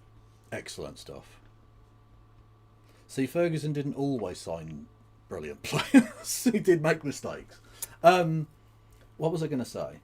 Oh yeah, sorry. Then after that game, we went back to in Bury or Oldham or wherever the fuck it was. I think it was Oldham. Yeah. Anyway, and there was a crazy piss up of like trade unionists and stuff at the house, and it was like, well, not quite the last days of Rome because there was no sex or anything, but or at least not when I was there because I was only. You only been about, never know what happens behind closed doors. Well, true, but I was only about 13, 14 or something. And I'm absolutely certain my dad was banging her ass off. He'd left my mum and dad had split up by this point, and I'm absolutely certain he was screwing her ass off. And that's fine if they were up to that. They were both single, both divorced, and all the rest of it. But either way, they didn't do anything whilst I was there. But there was so much drinking and sort of general debauchery. It was lovely. That sounds good. It's the more than ask what's my steaming schedule for next week. It's broccoli. It's other vegetables. Obviously, you mentioned. I know you mean streaming. The usual probably. Hang on a minute. Next week is the actual Christmas week. I will not be streaming at all. I am going to be away from the 22nd until the 27th. So I'll probably hopefully get back on the 27th in time to stream in the evening. But there'll be no streams at all from the 22nd until the 26th for that 5-day period. I will be posting compilation videos of all of the kind of the best moments of the year in that little window from like I'd like to try and get a best of another James O'Brien best of, but from the 22nd to the 27th there will be no streams. But you can go to the No Justice Overflow system, which is Kev's channel, because I've got nowhere to be. 100%. I mean, mods, if you want to make sure you post Kev's stream in chat when I'm away, please do. And chat in my Discord, sorry. Yeah, because I mean, I obviously will go and visit family, but they're all here, so I don't I'm still going to be available in the evenings, you know. So I'll be streaming.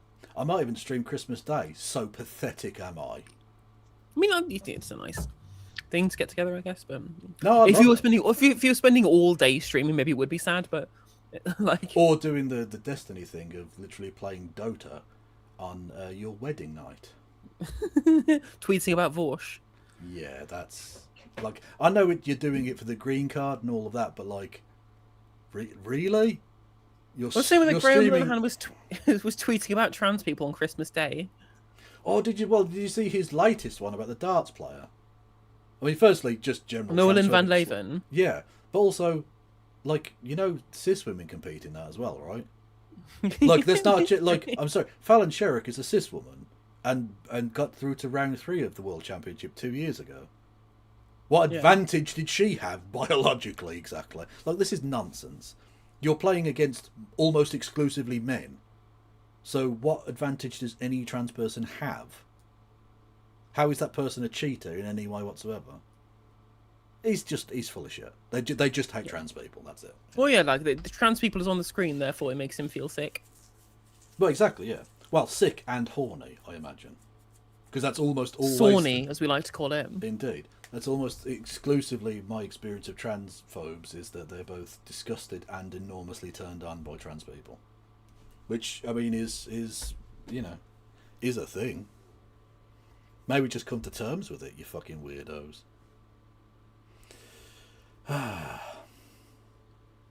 Anyway. Anyway, yeah, so England are doing quite well.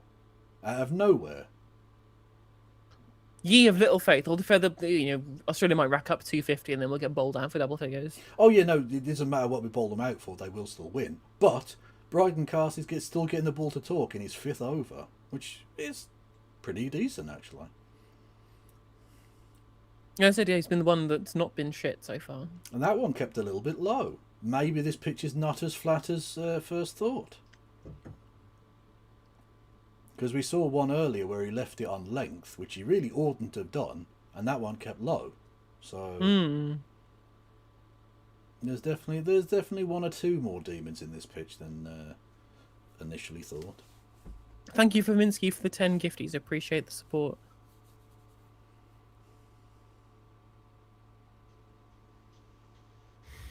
Story time from Modern Chat. I cleaned the kitchen. I was spotless, deep clean, amazing. Monday morning, 4 a.m. I get up and get some coffee, go to the fridge, grab some milk.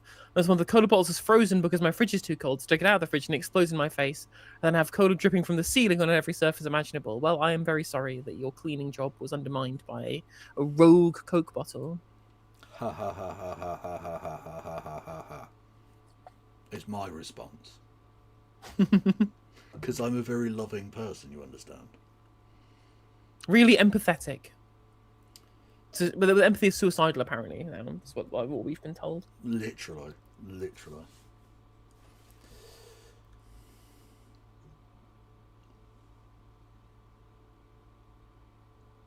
We've got to bat last on this pitch. That's true, Doc Davis, yeah.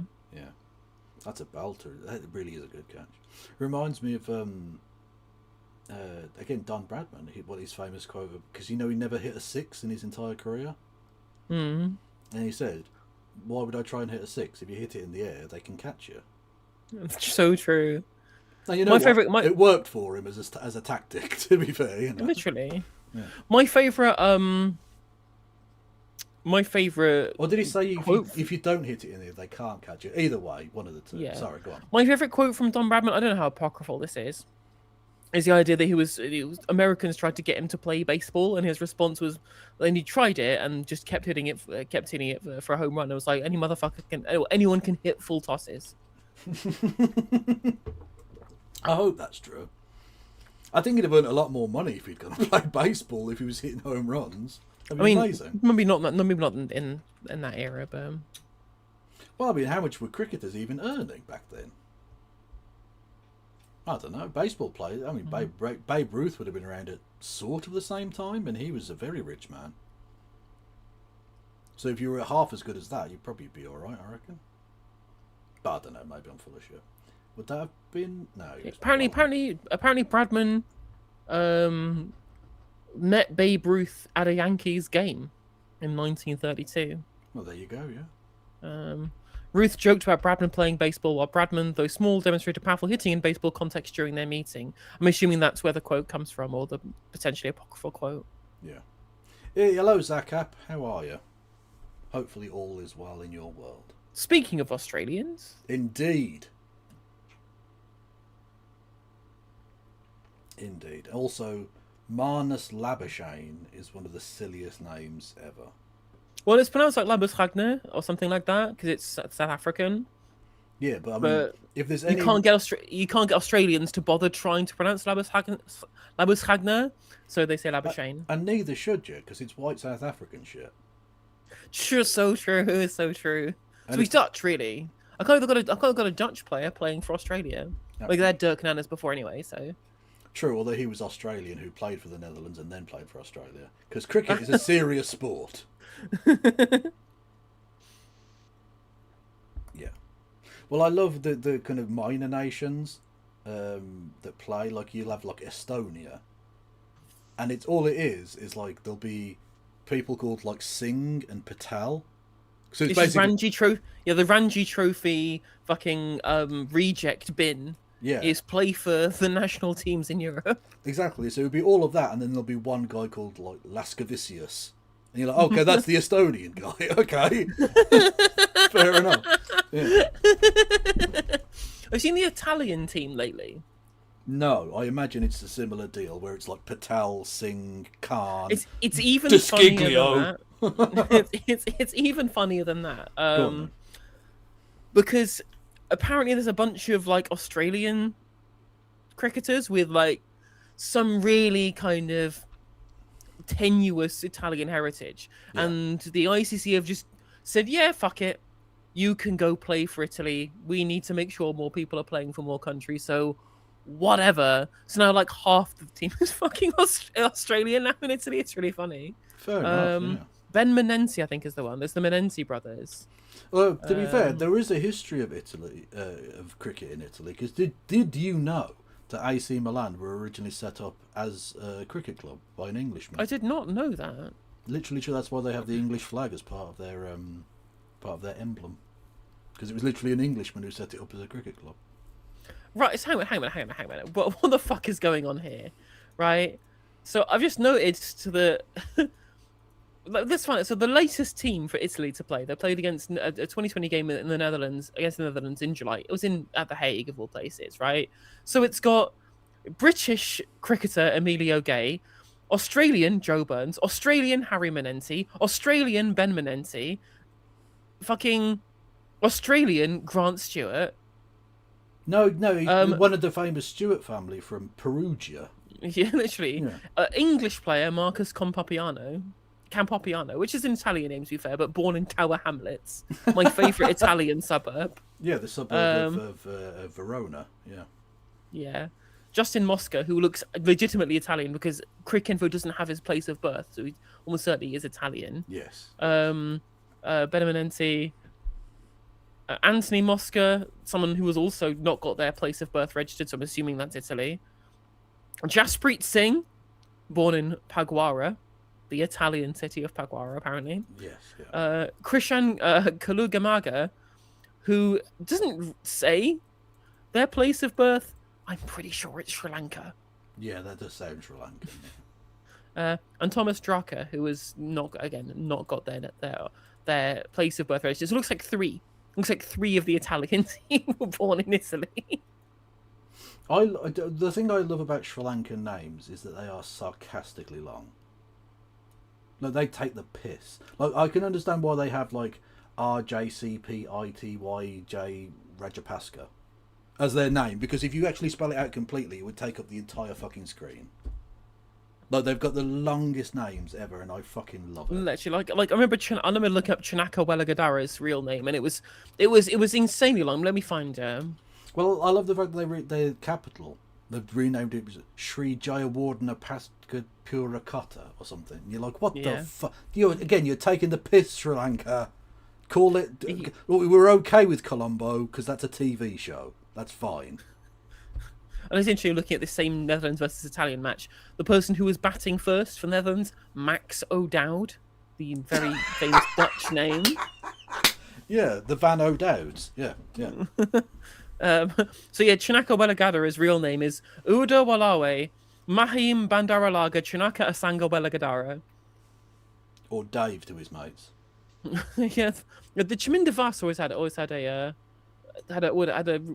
weirdly long name as well. I remember. They all do. Literally, all of them do. Even the ones that like they shorten it because they realise like no one's going to pronounce the entire thing, so they call themselves Chaminda Vas or I don't know, fucking Tilakaratna Dilshan, yeah. Tilakaratna Dilshan or Saneth Jayasuriya. But like they've all got ridiculous. That's why they've all got like 6 initials and then their quote unquote surname.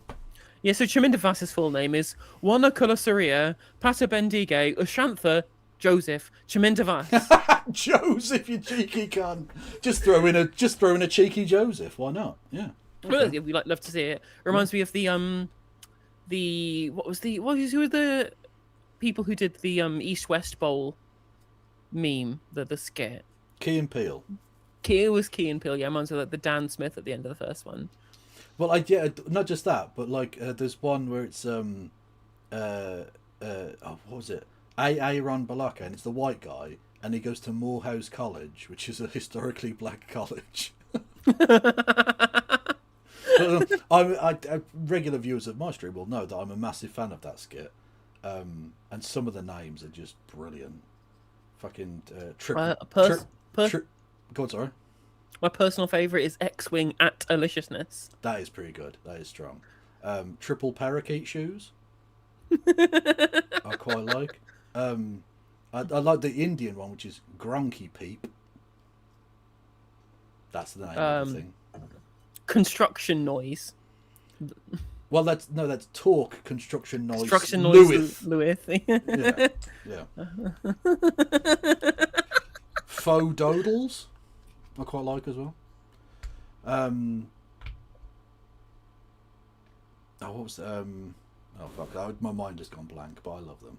Chat, name your favourite ones, and it'll jog my mind.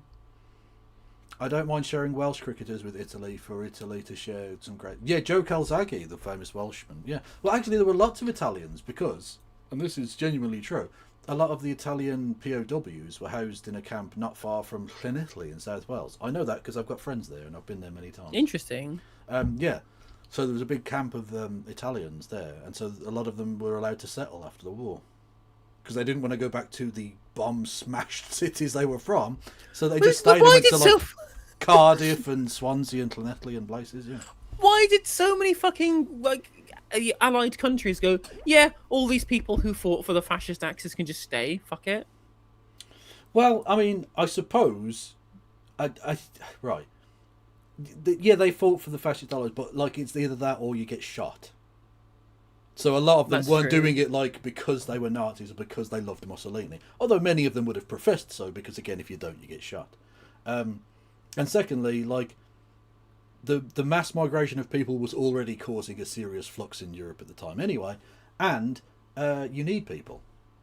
What we needed, because a lot of our young men had been slaughtered in the war, what we needed was ready access to some young men. And what did we have in South Wales? A massive amount of young Italian men. So fuck it, that'll do. So they stay, you know? Why not? Just seen a picture across my Twitter feed of a deliberately council-installed Union Jack on a lamppost, which is next to a blocked overflowing drain. There are cash-strapped councils could unblock the drain, but instead they're hanging flags. Well, I do love visual poetry. And what could be better than that? Literally, it's the flag that they painted on an abandoned fridge in the street. It's perfect, because that is Britain. Is the abandoned fridge left by a council that can't afford or can't be bothered to pick it up. So paint a flag on it and pretend to be patriotic. Yay! And then fall off your ladder and die like that twat did. It also reminds me of the picture of like the homeless guy sleeping next to the bin, which had been, they spent money putting up a photo of the Queen on. Yeah, mad. Absolutely mad. Is that Nottinghamshire by any chance? Yeah, it is, Adam. I live in Beeston. Or the homeless guy who froze to death against the wall of Parliament. Yep. There you go. Anyway, I am going to go for a wee and get some food. So I'll be back in a couple of minutes.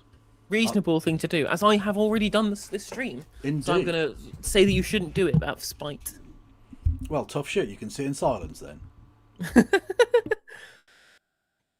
I wonder if the block to drain next to the flag was because it was clogged by another flag that somebody had hung up and that had fallen down and then got stuck in the drain. That would be poetic, wouldn't it? Oh, they're bringing Stokes on. The talisman has come on to bowl.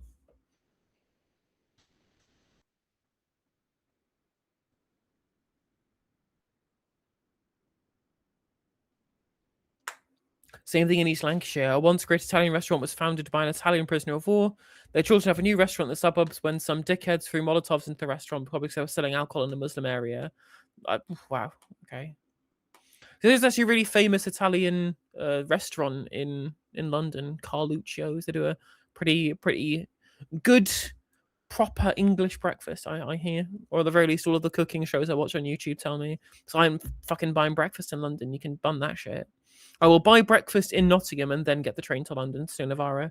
The only way you can get me to pay London prices for breakfast. Hello, Katie. How are we? It's good to have you in chat.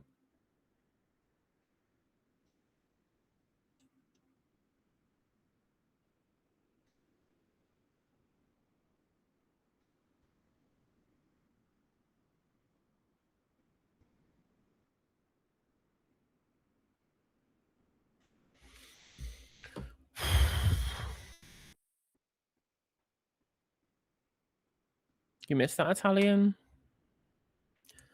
I went to a sick Italian restaurant. I mean, well, I say I've been like multiple times now, but there's like a there's a an Italian restaurant in Nottingham city centre that I'd walk past every day because they had the really great marketing tool of having their kitchen out front of the shop. So they have the restaurant, all the seating is upstairs, and all of downstairs is just where they cook the pizzas, which means first of all the breeze that comes in through the door cools down the chefs, but also means that this big like waft of like cooking pizza dough and fresh pasta just like comes out into the street. Smells absolutely fire. Big smells of like, you know, cooking dough and garlic and cheese. Perfect. And so I went in the other day, and they really proper like Italian pizza, and my friend had the pasta and she said it was really good as well. So if anyone wants to go to Solo Grano in Nottingham City Centre, comes highly recommended from No Justice MTG. Highly recommend check out Solo Grano in Nottingham City Centre. Anyone who is Nottingham inclined. It was really good. And not like too expensive. It was like £13 for a pizza. Sitting down in the restaurant, right? Which is fine. I'd rather not pay that much for a pizza, but you know, Cosy lives and all that. Can you get food at cricket grounds? They do like they have what they do at the football grounds. They'll just have like in the courtyard outside of the stadium, like the vestibules or whatever. They'll have stands that sell food. Usually like contracted people in that have like their own like food trucks and food stalls, but they don't usually have their own kitchens in the actual stadia, as far as I'm aware.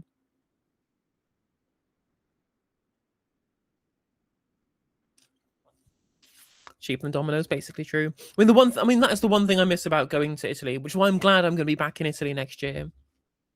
Glad I'm going to be visiting Turin for Magic Regionals next March, I think that is. So I've got to start fucking saving up for that shit. So I'm going to be in Turin, and the best part is you just get to have, you get to be able to have the best pizza of your life, and it's like €6. That I'm gonna eat so much fucking pizza in Turin. Probably going to Italy for a week, most likely. Like, what we're gonna probably do is spend a non-zero amount of time. Probably gonna spend a non-zero amount of time testing for the event. Do some sightseeing. We'll mostly be just, making them. If we're gonna fly out to all the way to fucking Italy, or get the train out, wherever we're gonna do. If we're gonna travel to Italy, you might as well spend time there visiting the Italy rather than banging yourselves up inside and, you know, playing cardboard all day.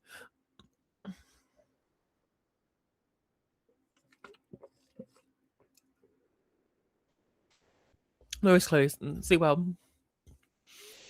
being stream makes you mega rich. Get my own private flight. True.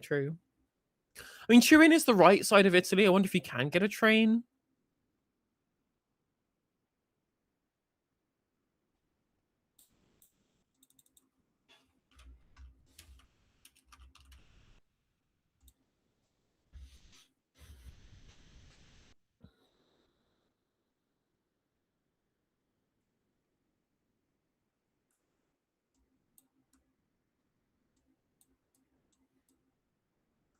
You can get 3 trains.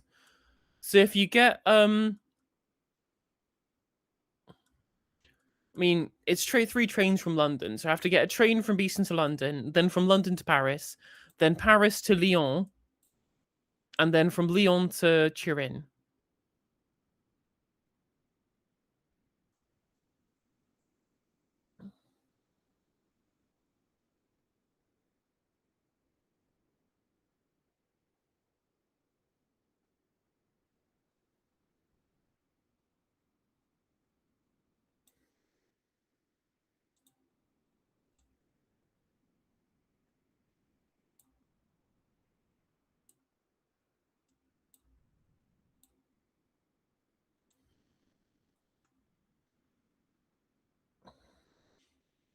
Well, actually, you can get a direct train from Lyon to Turin. Yeah. The TGV goes from Lyon to Turin.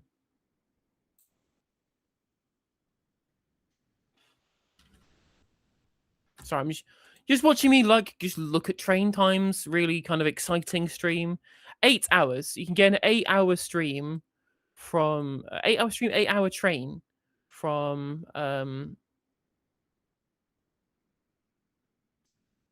London to Turin. Ahoy hoy. You get a train from London to Turin. Can you what? How does that work? Yeah, so you get one train from London to Paris and another train from Paris to Lyon. Paris to Turin, sorry, which goes through Lyon. Oh, so it doesn't go direct then? Presumably it goes, rather go through the Alps, it goes to Lyon and then skirts the coast by Nice, I imagine. But it doesn't go via it kind of. I mean, the Alps do go that. It goes through the Alps between Lyon and Turin. But yeah, you have to change once in Paris. Other than that, you can go London to Turin with one change. Yeah. But the high-speed connection rail that they're going to be building in the European Union, we won't be a part of course, because the Lib Dems aren't the government. True, true.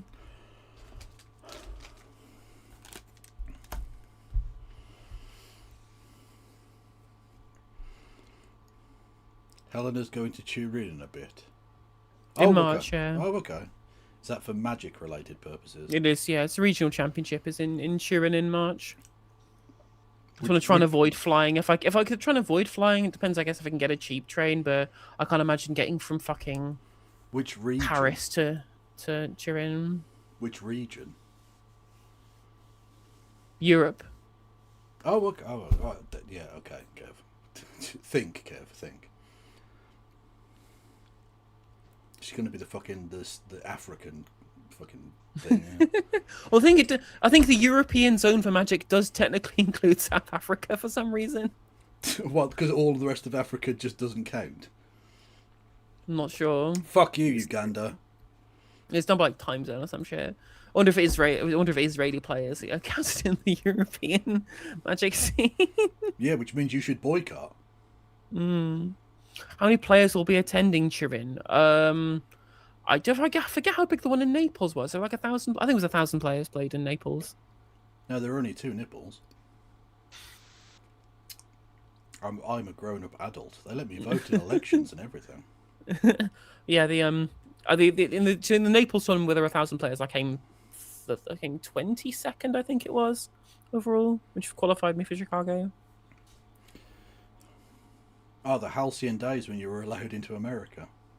Literally, I don't know why I'm bothering to try and qualify for the Pro Tour. I'm not gonna be able to fucking go.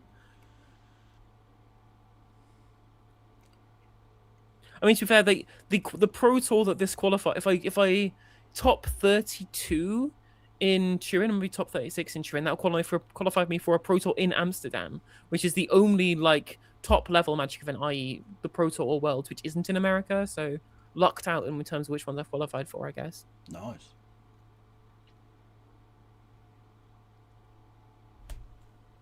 Although to be fair, the new guidance for people getting Esthers into America hasn't been approved yet. Oh yeah. And one assumes that it will be. And the good thing about fascism is they definitely wait for court rulings. But you have to pass all the stuff that gets people to actually do the thing, I guess. But yeah, like the Reichstag fire.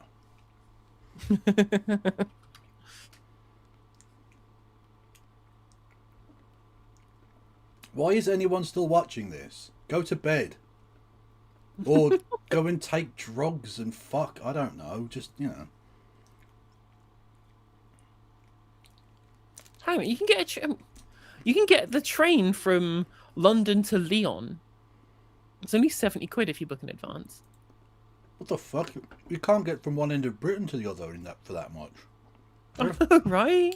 How the fuck can you get through across water and a whole ass bigger country? How many fucking no balls have they bowled now? Jesus Christ. They're just trying really hard, Kevin. 5 no balls already. They are trying really hard. They're trying my fucking patience really hard. And that's a 4.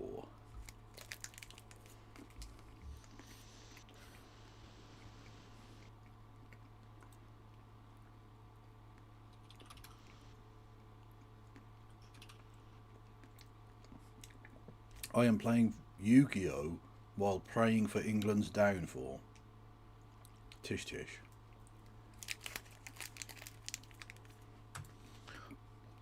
I wonder what the flight prices are from London to Turin. Oh. Okay. 50 quid. Return. Those train prices are only a single.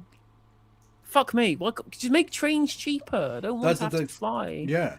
Whilst it's still dirt cheap to fly by comparison. The same with driving. If you make public transport cheap, easy and clean, I'll use it. If not, I'm driving. Fuck you. Simple.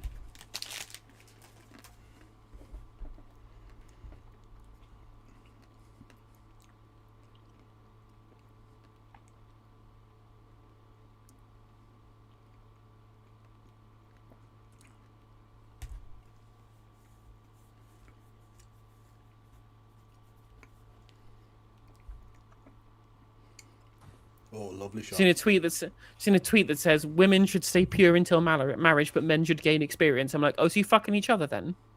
Yeah, exactly. Yeah, just dudes fucking dudes, like old times. It was good enough for Alexander the Great. Kev, have you heard of a YouTube channel called Map Men? I have indeed. They're very good. Yeah, we do love Map Men. They teach you interesting bits of map-related content. It's lovely. Place So I just posted. So I just posted a video going the fucking pronouns rant, but it's just breathing. What? Sorry. I'm not sure that makes sense.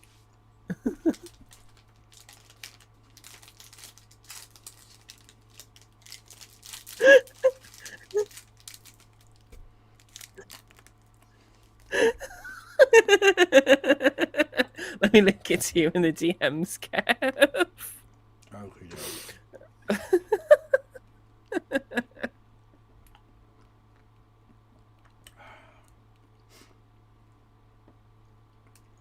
Let's have a little look.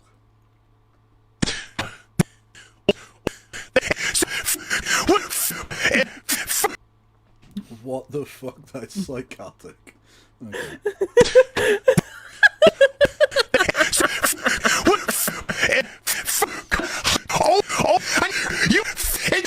Like, what the fuck? One of my favorite memes were all the steamed hams, but it's something.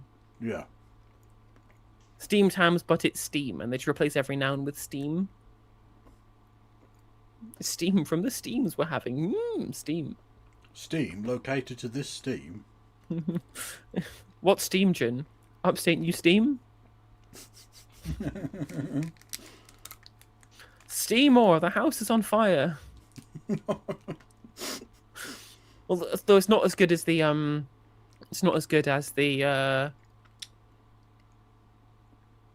Zizek Peterson version of steamed hams. Peterson, the subreddit is on fire. No, mother, it's just Western values. You do too good. It's too good. Oh no, I said postmodernism. That's what I call Marxism. You say postmodernists are rebranded Marxists. They're taking over the campuses. Ah, I see. And what are the Marxists? Social sciences departments?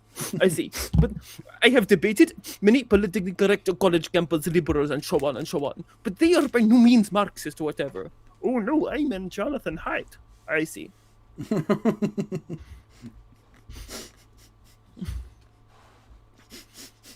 So I'm eating.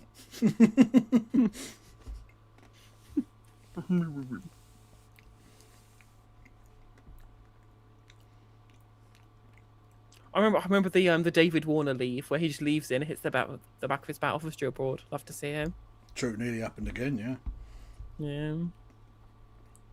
I'm still Usman Khawaja, a conundrum.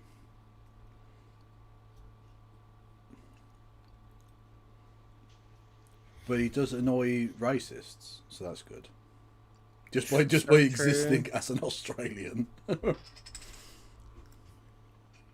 Yeah, the Zizek is such a meme.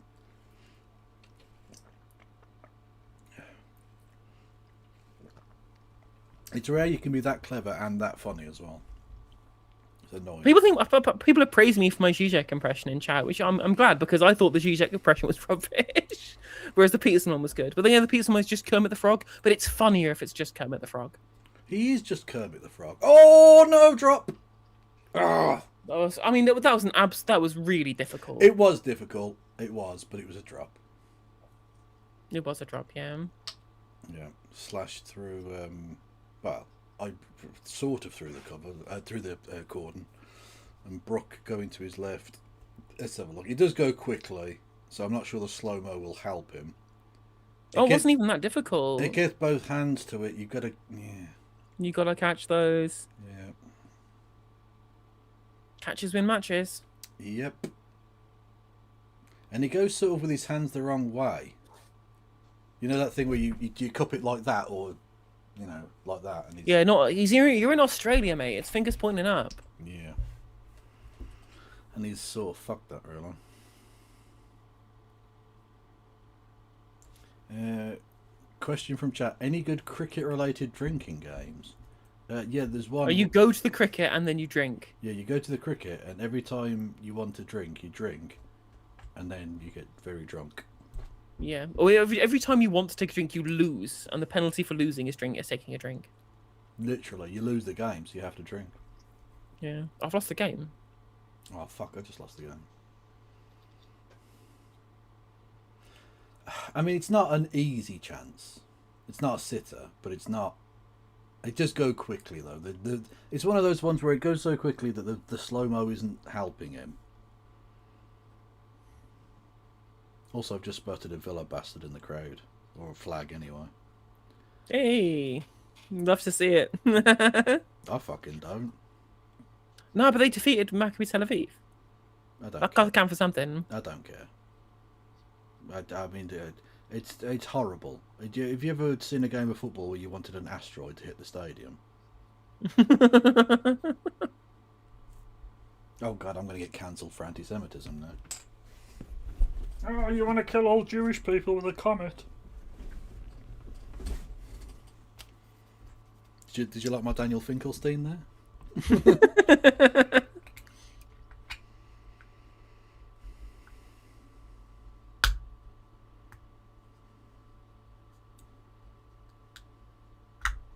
Fair, kind of like the darts. It's a little bit like the darts.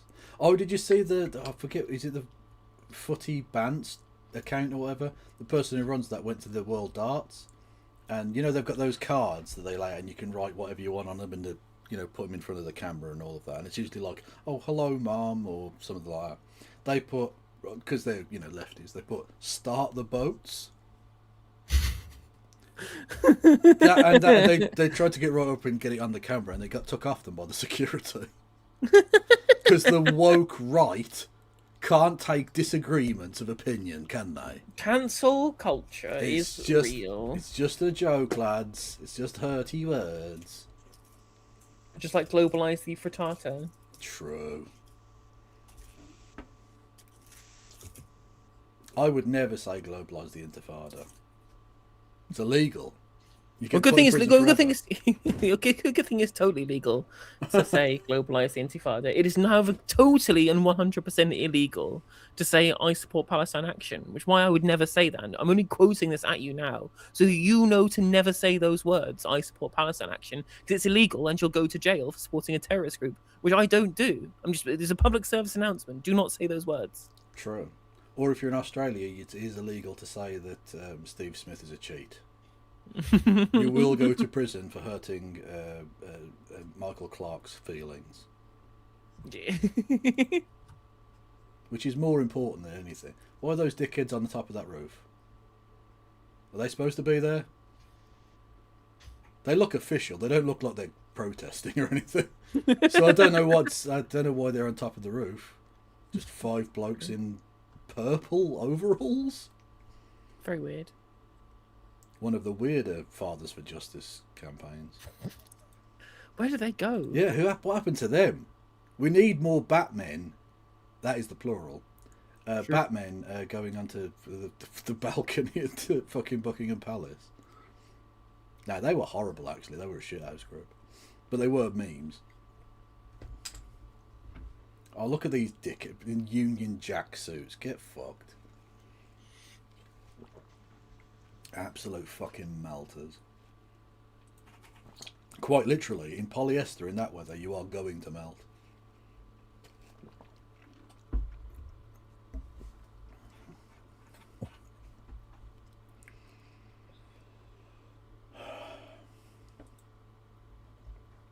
End of the over. 52 for 2.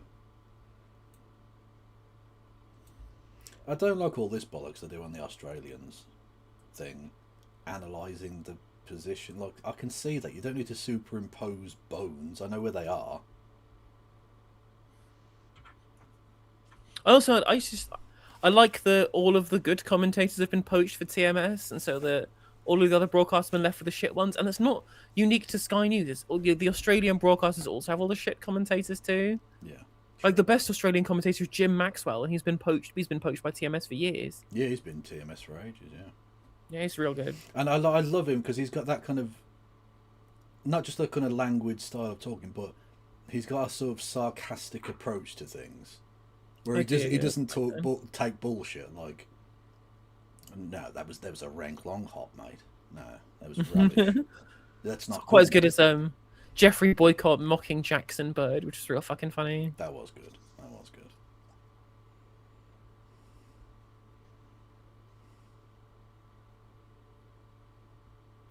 Straying onto the pads, flicked away through square leg, 4 runs. Bit easy, that. You expect Usman Kamash to put those away?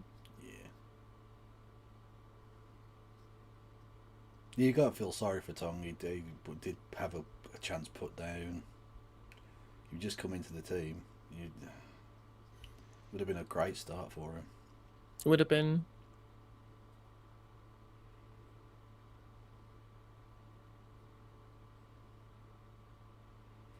Did you see the study done in Italy on social interactions?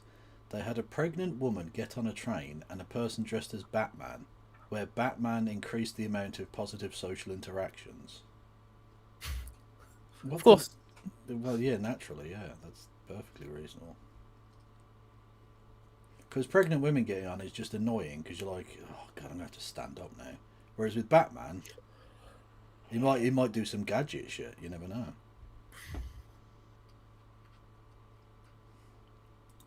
I'm glad we're getting this stream in today, because there's no question time left. True. Literally, yeah. And no more award-winning gerbalisms. For the rest of the year, yeah. Well, that's the thing. Christmas and New Year's downtime, isn't it, really? It is I mean, that's the thing. That's why I'm like not feeling bad about not streaming. No fucking thing's gonna happen. True. Well, loads of things will happen, just not directly like party political or whatever. That's also true. But terrorism will probably still happen, so that's nice. That's a joke if the police are watching. Which they definitely are. Or if Zach Polanski's watching, which he definitely is. Hey, Zach. Podcast. Podcast friend. Oh.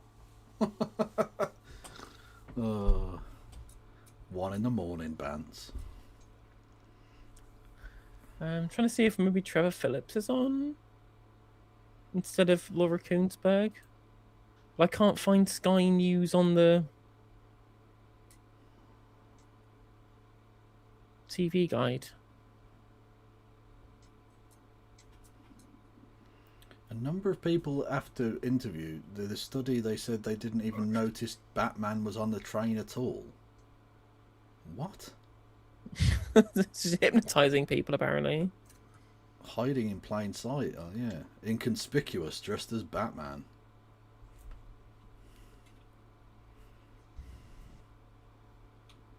I've seen that Kamala Harris has opened the door for a 2028 run. Well, she can fucking close it again. Literally, hasn't anybody ever heard of closing the goddamn door? It's much better to think. Oh, what was the word? Oh, I've forgotten the words to that song now. It's much better if Kamala Harris fucked off forever. With a sense of poison rationality. Oh, there is a PMQs tomorrow there, apparently. Oh, well, that's tomorrow sorted then. Bosh. Yeah.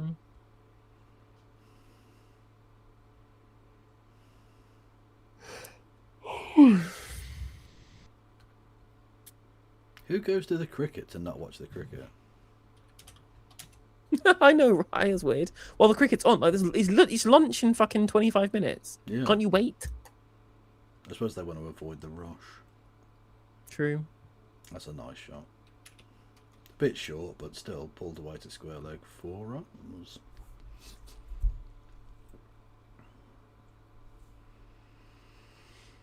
$61 for 2. Still Oh, so there will be a Trevor Phillips on Sunday, by the way. So we can watch that instead of Laura Koonsberg. Yeah, cool. I thought you were away. Not the Monday, it's the 22nd I'm away. 22nd till the 27th. Okay, yeah, well, good then. Yeah, it was sorted then. It's the Sunday is my last stream before I go away for a bit. Oh. Where you off to? Parents' house. Just gonna have a lovely little quiet Christmas. It's gonna be nice. Oh. And I will be my refugee housemate. By refugee, I mean a British citizen who's just left America because America sucks. She's going to be coming to stay with us. It's our first Christmas. It's going to be fun. Oh, refugee friend. Oh, refugee friend. You know that really, the thing that everyone has is a refugee in their house. Friend. Yeah. Well, it's nice. Like if anyone says, "Well, you love white refugees. Why don't you have a refugee in your home?" Got one, mate.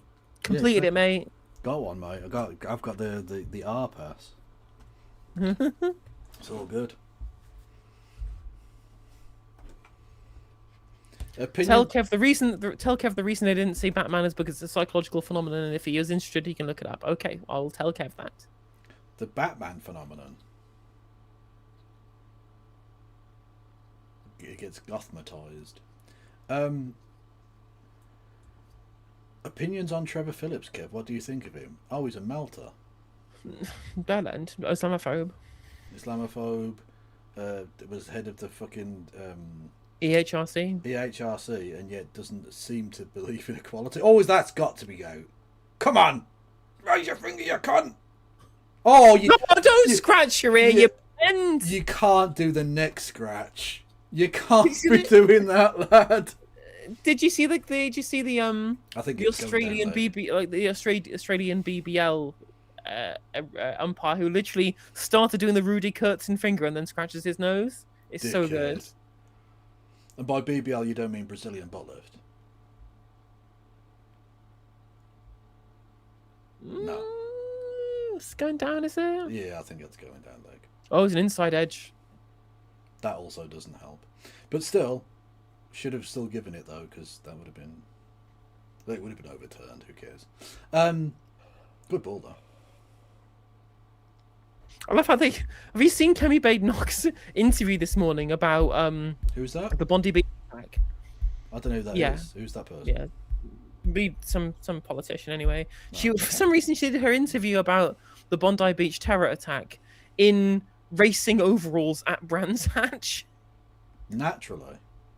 To be fair, I'm sure she was race baiting, so it makes sense. So race, the two meanings of the word race. Literally, now watch this drive moment. Very much so, yeah.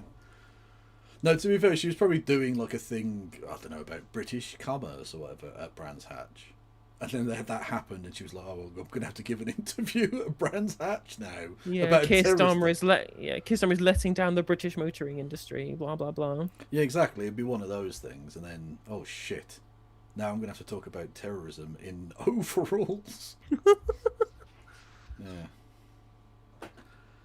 Oh no, she did it as a fucking stunt to scrap the ban on ICE vehicles. ICE vehicles. Yeah. What's that? Internal combustion engine. Oh, sorry. Right. I was thinking ICE as in like the American thing, and I was like, oh no. What does that mean? Surely she's in favour of the ICE mobiles, no? But okay. Yeah, she literally did a fucking marketing stunt. Because that's all she is like a clown character.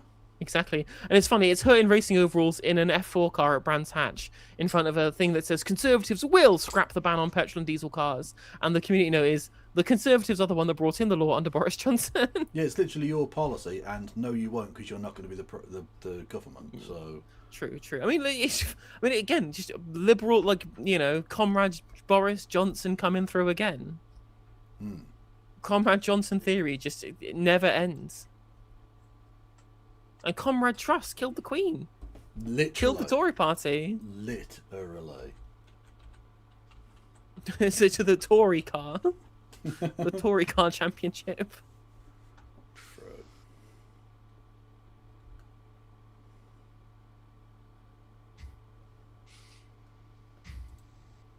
By the way, my new girlfriend is from Smith's Wood in Birmingham. How the fuck do I get there from Bolton? Well, I mean, it's in the sort of east of the city, so you have to get into basically the train into New Street Station, and then probably another train. Either another train, or might be quicker if you've got the money to just get a taxi. In all honesty, the Ubers in Birmingham are cheap, in my experience. I don't think I've ever taken an Uber. But the regular cabs you can get from the station or whatever, if that's... Do they take card? Possibly. That's always been my thing. I always want to use the local taxi cab firms, and they're like, we take cash. And I'm like, I have not got cash. I never carry cash. Well, they're going to have to fucking deal with that, because no one's got cash anymore. So if they want to continue as a business, they're going to have to start taking card. They're going to have to start taking contactless and do QR code stuff and things, you know? So anyway, yeah. How'd you get Sorry, I was in the replies for the interview about the terrorist attack with Kemi Braydock and racing overalls, and someone's just posted a picture of Alan Partridge at the funeral in the Castrol GTX jacket. Yes. I'm sorry, can I stop talking to you? Can I stop giving you this interview, please? Yeah.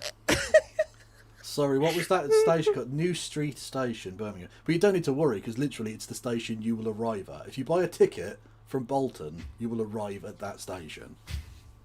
Snow Hill Station exists, there are a few others, but like, realistically, if you're coming from out of town, you will arrive at New Street Station. Facts.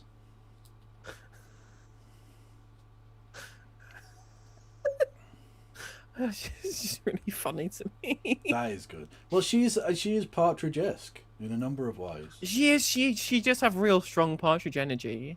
Yeah, which is not a compliment, Kemi, if you're Again, listening. shows you just how easy it is to integrate into British society. Oh, yeah, absolutely, yeah. You can come over from Nigeria and become the biggest melter in the nation. Yeah, but the biggest melter in North Norfolk. True. Which always seems like a bit like you're adding too much there, because it's already Norfolk. North Norfolk. It reminds me when he's talking about his military-based quiz show, which is the highest viewing period on a digital channel at that time in the Norfolk area. Which, yeah, that very specific parameter tells you more about the other parameters than that one, really. Honestly, just Alan Partridge's show is just immaculately written. It is very like, good. It's just... Yeah, they don't make And comedy that good anymore. it's so annoying that Amanda Iannucci is a fucking shit lib. Melter, yeah. He's a genuine melter. Like, the thing is, he's not like a dickhead. He's not like a real dickhead. No, in he's terms not of, like like being nasty. He's not a rightoid. He's just your basic shitlib. Again, it's really funny. Like, he talks about, like, you can literally see a gap in his tweets where he doesn't talk about poverty from 2014 to 2019. I'm like, I wonder what happened in that period. Thinking about with regards to politics when Jeremy Corbyn was the leader of the Labour Party. But how can you write the thick of it and still like believe in that paradigm? The Labour Party, right? Yeah, exactly. Like you know what Alistair Campbell is like. You know intrinsically what that's about. And no doubt he has had correspondence from people like Alistair Campbell saying, I will fucking eat you, you cunt. How dare you? I will fucking cut you up. I'll see you in court. And yet he's still like... Oh, liberalism's lovely. Mm. Did you see Trump cancel the UK tech trade deal? All that bending over for absolutely nothing. Incredible scene. Who could have possibly seen that coming? A weird on-the-spot U-turn because he talked to someone else different that day. Brilliant. I'm so glad he scrambled around at his feet to pick his papers up like a wanker. It's just, honestly, just the cuckoldry. It's just incredible. It's like everyone saw this coming apart from anyone in the Labour Party. Yeah. Just... Like Keir Starmer doesn't even get to sit in the cock chair. He has to stand in the fucking in the hallway outside listening. Yeah. Doesn't even get to be in the room. What a loser. Ah well. We sold our soul for literally nothing. Awesome.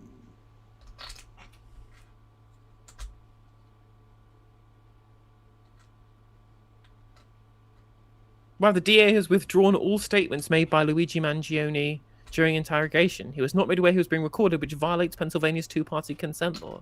So didn't the federal charges get dropped or something? Or was it the New York charge? Well, some charges got dropped. It would be very funny if he just walks. It'd be so funny, even if it's a technicality or whatever, if he doesn't go to jail when he's on fucking camera shooting a bloke dead. A New York judge dismissed his terror-related murder charges. He still faces the charge of second-degree murder in New York. But hang on, how is it second-degree murder? He shot the bloke. Okay, innocent until proven guilty, but we all know what happened here, right? Look, first-degree murder specifically refers to killing a politician or a police officer, right? Is it? It's a specific kind of victim you need for first-degree murder. Really? Oh, okay. Well, my understanding was that first-degree murder was like a direct, like, you did the thing. Whereas second-degree murder was like a step up from manslaughter type thing. Am I incorrect about that assumption, chat? Please do tell me. So, like, if you kill someone through negligence rather than, like, shooting them dead or something. Well, there are different definitions and systems of classification. Oh yeah, we don't have all that bollocks. Yeah. Oh, okay. First degree murder in New York State is all cops and politicians. Okay. Although, I mean, in my book, I would classify him as a politician anyway, because like. But federally, it is first degree murder is any pre-planned. Yeah, that's what that murder. Was. Yeah, exactly. Yeah. Which, like that, come on, that definitely falls onto that category, surely. Yeah, because the federal charges include first-degree murder, but the New York ones only have second-degree murder. Fair enough. Well, isn't it nice to know, denizens of New York State, if you're not a politician or a cop, you don't really count. You can't be first-degree murdered. You can only be second-degree murdered. Even if the guy literally posts a manifesto saying he wants to kill you and then goes to your house and shoots you dead and buries you in the backyard. Second-degree murder. It's interesting how in the Wikipedia page they've got a blurry photo of a screen cap from the perp walk that Eric Adams did of him, right? Yeah. With him just looking a bit dishevelled. And I was like, did they conscientiously pick a picture of him that's blurred and difficult to look at, rather than any of the very many high-quality photos that we have of him, specifically to stop people thirsting after him?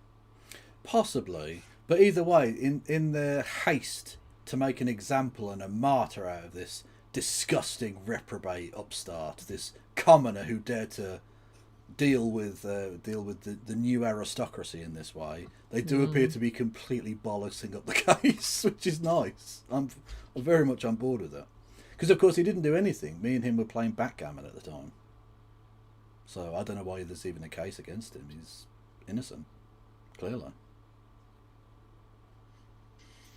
So I mean, I remember in the wake of the murder, I remember like Hassan commenting on it, and just being like looking at Facebook, and the post that was saying that that about his death had like 50,000 haha reacts, and it was like, well, exactly, because no one likes people like that. They're demonstrably evil. Oh, we've got an England spinner on. Will Jacks is bowling, and immediate pie thrown up. Yeah, only 2 though, so that's economical. Which is funny that even it wasn't just Twitter degenerates who were laughing at it; it was like the Facebook mums. Yeah, because because everyone in America, everyone in Britain knows what it's like to deal with an insurance company, and it's galling when it's like your TV got fucked on by like a burst water pipe or something like that, right? And it takes forever, and you go around the Wrekin. Imagine that water pipe was your, I don't know, fucking bladder. Then having to go through the same experience. You know what I mean? Like, that's, yeah. Everyone in America's got a horror story of, like, oh, I was denied because I had the pre-existing condition of needing to breathe air. And so they denied me, like, a heart bypass or something, you know. So everyone hates them because they're fucking evil. They're absolutely evil. Apparently Thailand have released a supersized serving of fries called Party Fries in Thailand as a promotion. And the pack of fries is so big you have to cradle it. Healthy. Very healthy. I mean, it's like when they did like the 60 boxes of popcorn chicken in KFC. Oh, he served up 3 fucking pies so far. First one went for 2, the second one's a single. I think he saved the 4 there and it's just a 3. But didn't you see he was really good in the 2020 Big Bash? Well, so also the fucking whatever it's called in the UK. Yeah, the 100. Oh, we've got the fucking 100 as well. Oh, no, I was thinking of the other one. The one that's sponsored by NatWest. Isn't it just the T20 or whatever? I don't know. Does it have a special name? Yeah, it's called like the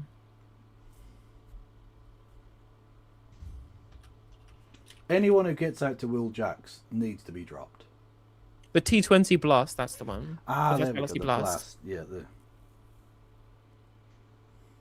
the annoying one. The same fucking sausage dog advert a million times during the game. Another pie. Another pie swept away for... Is that going to the boundary? Yes, it is. So just the 10 runs from 5 deliveries so far. Cool. Yeah, but no, Jack Leach isn't threatening enough, guys. Yeah, whereas Will Jack's fucking turning it sideways, yeah.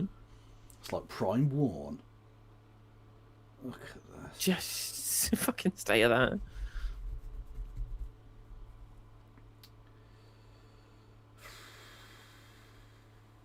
There you go, that's an actual delivery. Okay, cool.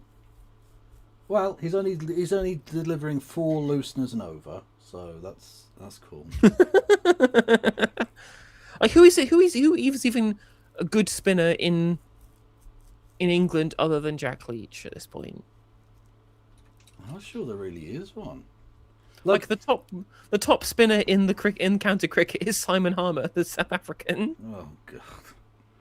To be fair though, like it's not conducive. No pitches in England are worth bowling on as a spinner.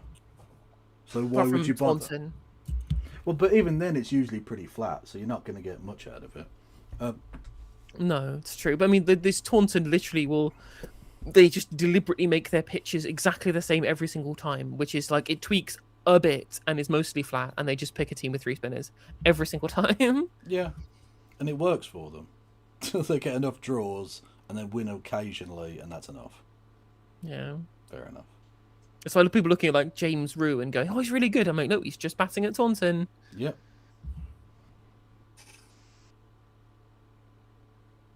Although again, could he be doing that much worse than some of the England batsmen? I enjoy that there was a player in the county game called Felix Organ, which is an incredible name. That is an exceptional name. That is a porn star name. It's true. So true. And you don't get many of those. It's not quite Napoleon Einstein, though, is it? No. Or Handsome Be Wonderful.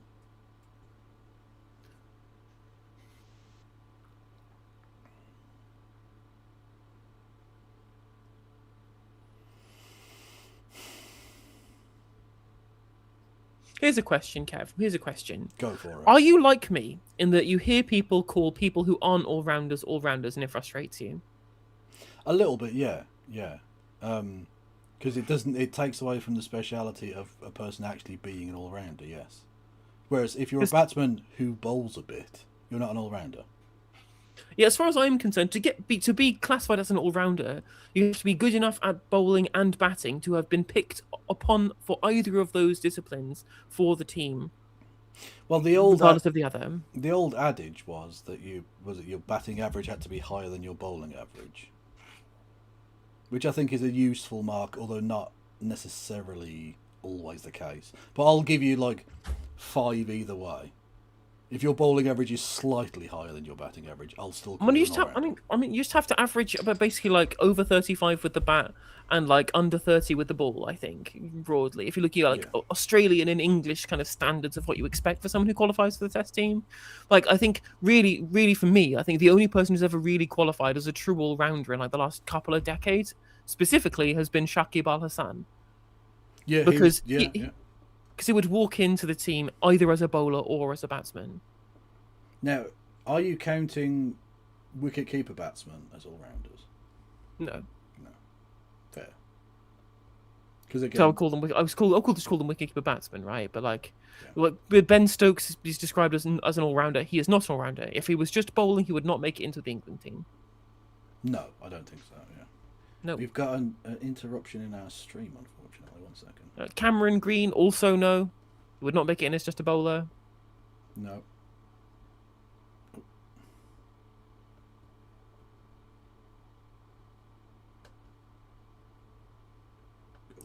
In the West Indies, we have no rounders like Roston Chase, which is true. He would be able to play in the team as a batsman or as a bowler because he is fine at both, and the rest of the team is shit at everything.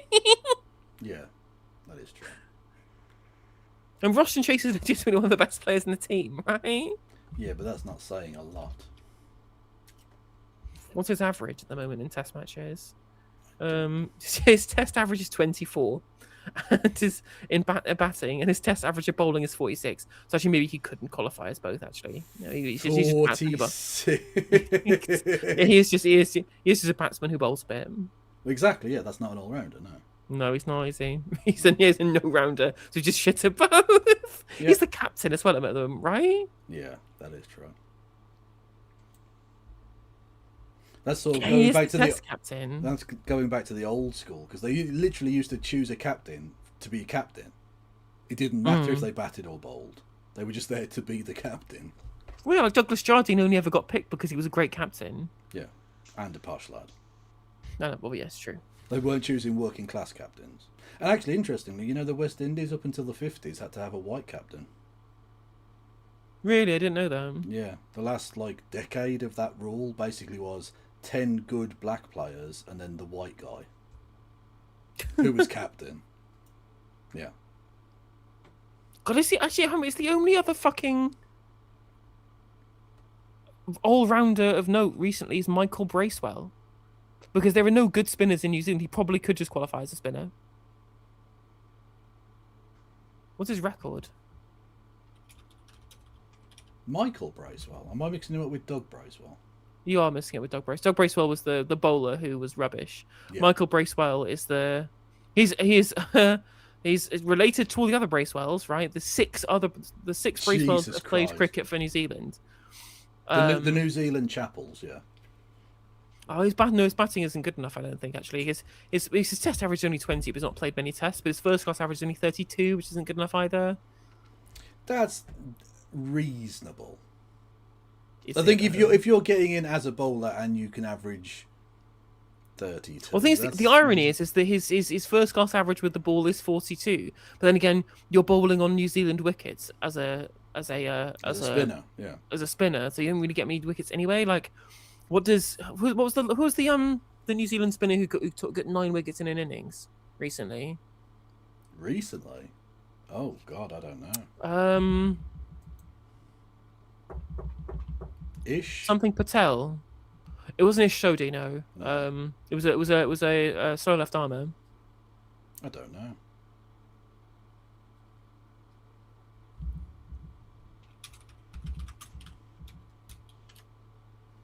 Ajaz Patel, and it was 10 wickets in an innings. Oh, nice.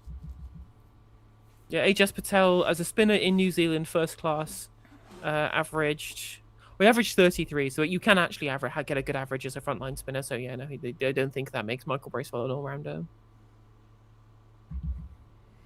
Controversial question for you both. Best all-rounder ever. Keep in mind it is me. Well, it's got Gary Sobers. Like, there's not a question. Yeah. I know everyone wants it to be Ian Botham, but it's not. It's Gary Sobers. No, it's not. Especially because, look, Ian Botham had some very good test innings. That's a pie put away to the boundary. He had some very good test innings as a batsman, notably, obviously, Headingley 81, etc. But his averages weren't great, and most of his innings were like 4-6-4 out. He wasn't really a batsman. So no, he's not one of the best all round. Well, he's one of the best, but he's not the best. No. No. The best is, I mean, Sobers' record was insane, right? Absolutely crazy. Yeah. Oh, fair play to Jax. I think he might have got a little bit of turn there. Took the edge. Yeah, like Sobers' test average, he averaged 57.78 with the bat and 34 with the ball. Those are legitimately like first pickable averages at that time. And in first class, his average with the ball was 27, so he hit the under 30 mark in first class. Well, I mean, firstly, you're the best batsman in the team nowadays with that average, and you definitely make it as a one of the bowlers with that bowling average. Yeah, not necessarily first pick because there are some very good bowlers around, but yeah, that is fucking exceptional. Yeah. That's pretty good. Well, looking at the other bowlers in the team, like, are they going off for lunch? Is that lunch? Yeah, it's 12:30 now. Oh, a whole 24 overs in that session. Brilliant. I fucking hate cricket sometimes.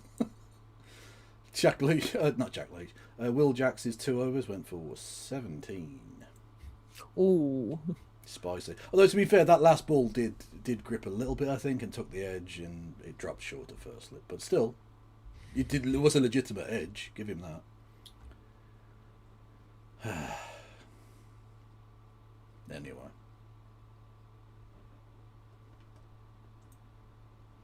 I'll be honest, I'm flagging. Yeah, me too. I think it's only ever really makes sense to just do up to lunch. Yeah. When it was the day-night games, and you had like a 20-minute break, it was fine. But just sticking around for probably almost 45 minutes at this point to get lunch in, I think people would flag. And I've not got much politics left to talk about. Fair dues. Anyway, I'm gonna fuck up. I mean, I've not checked my viewing numbers at all. I wonder how many people have stuck around for the cricket chat. I still have 75 people watching on YouTube. That's mental. I mean, it's nice to, yeah. Go to bed.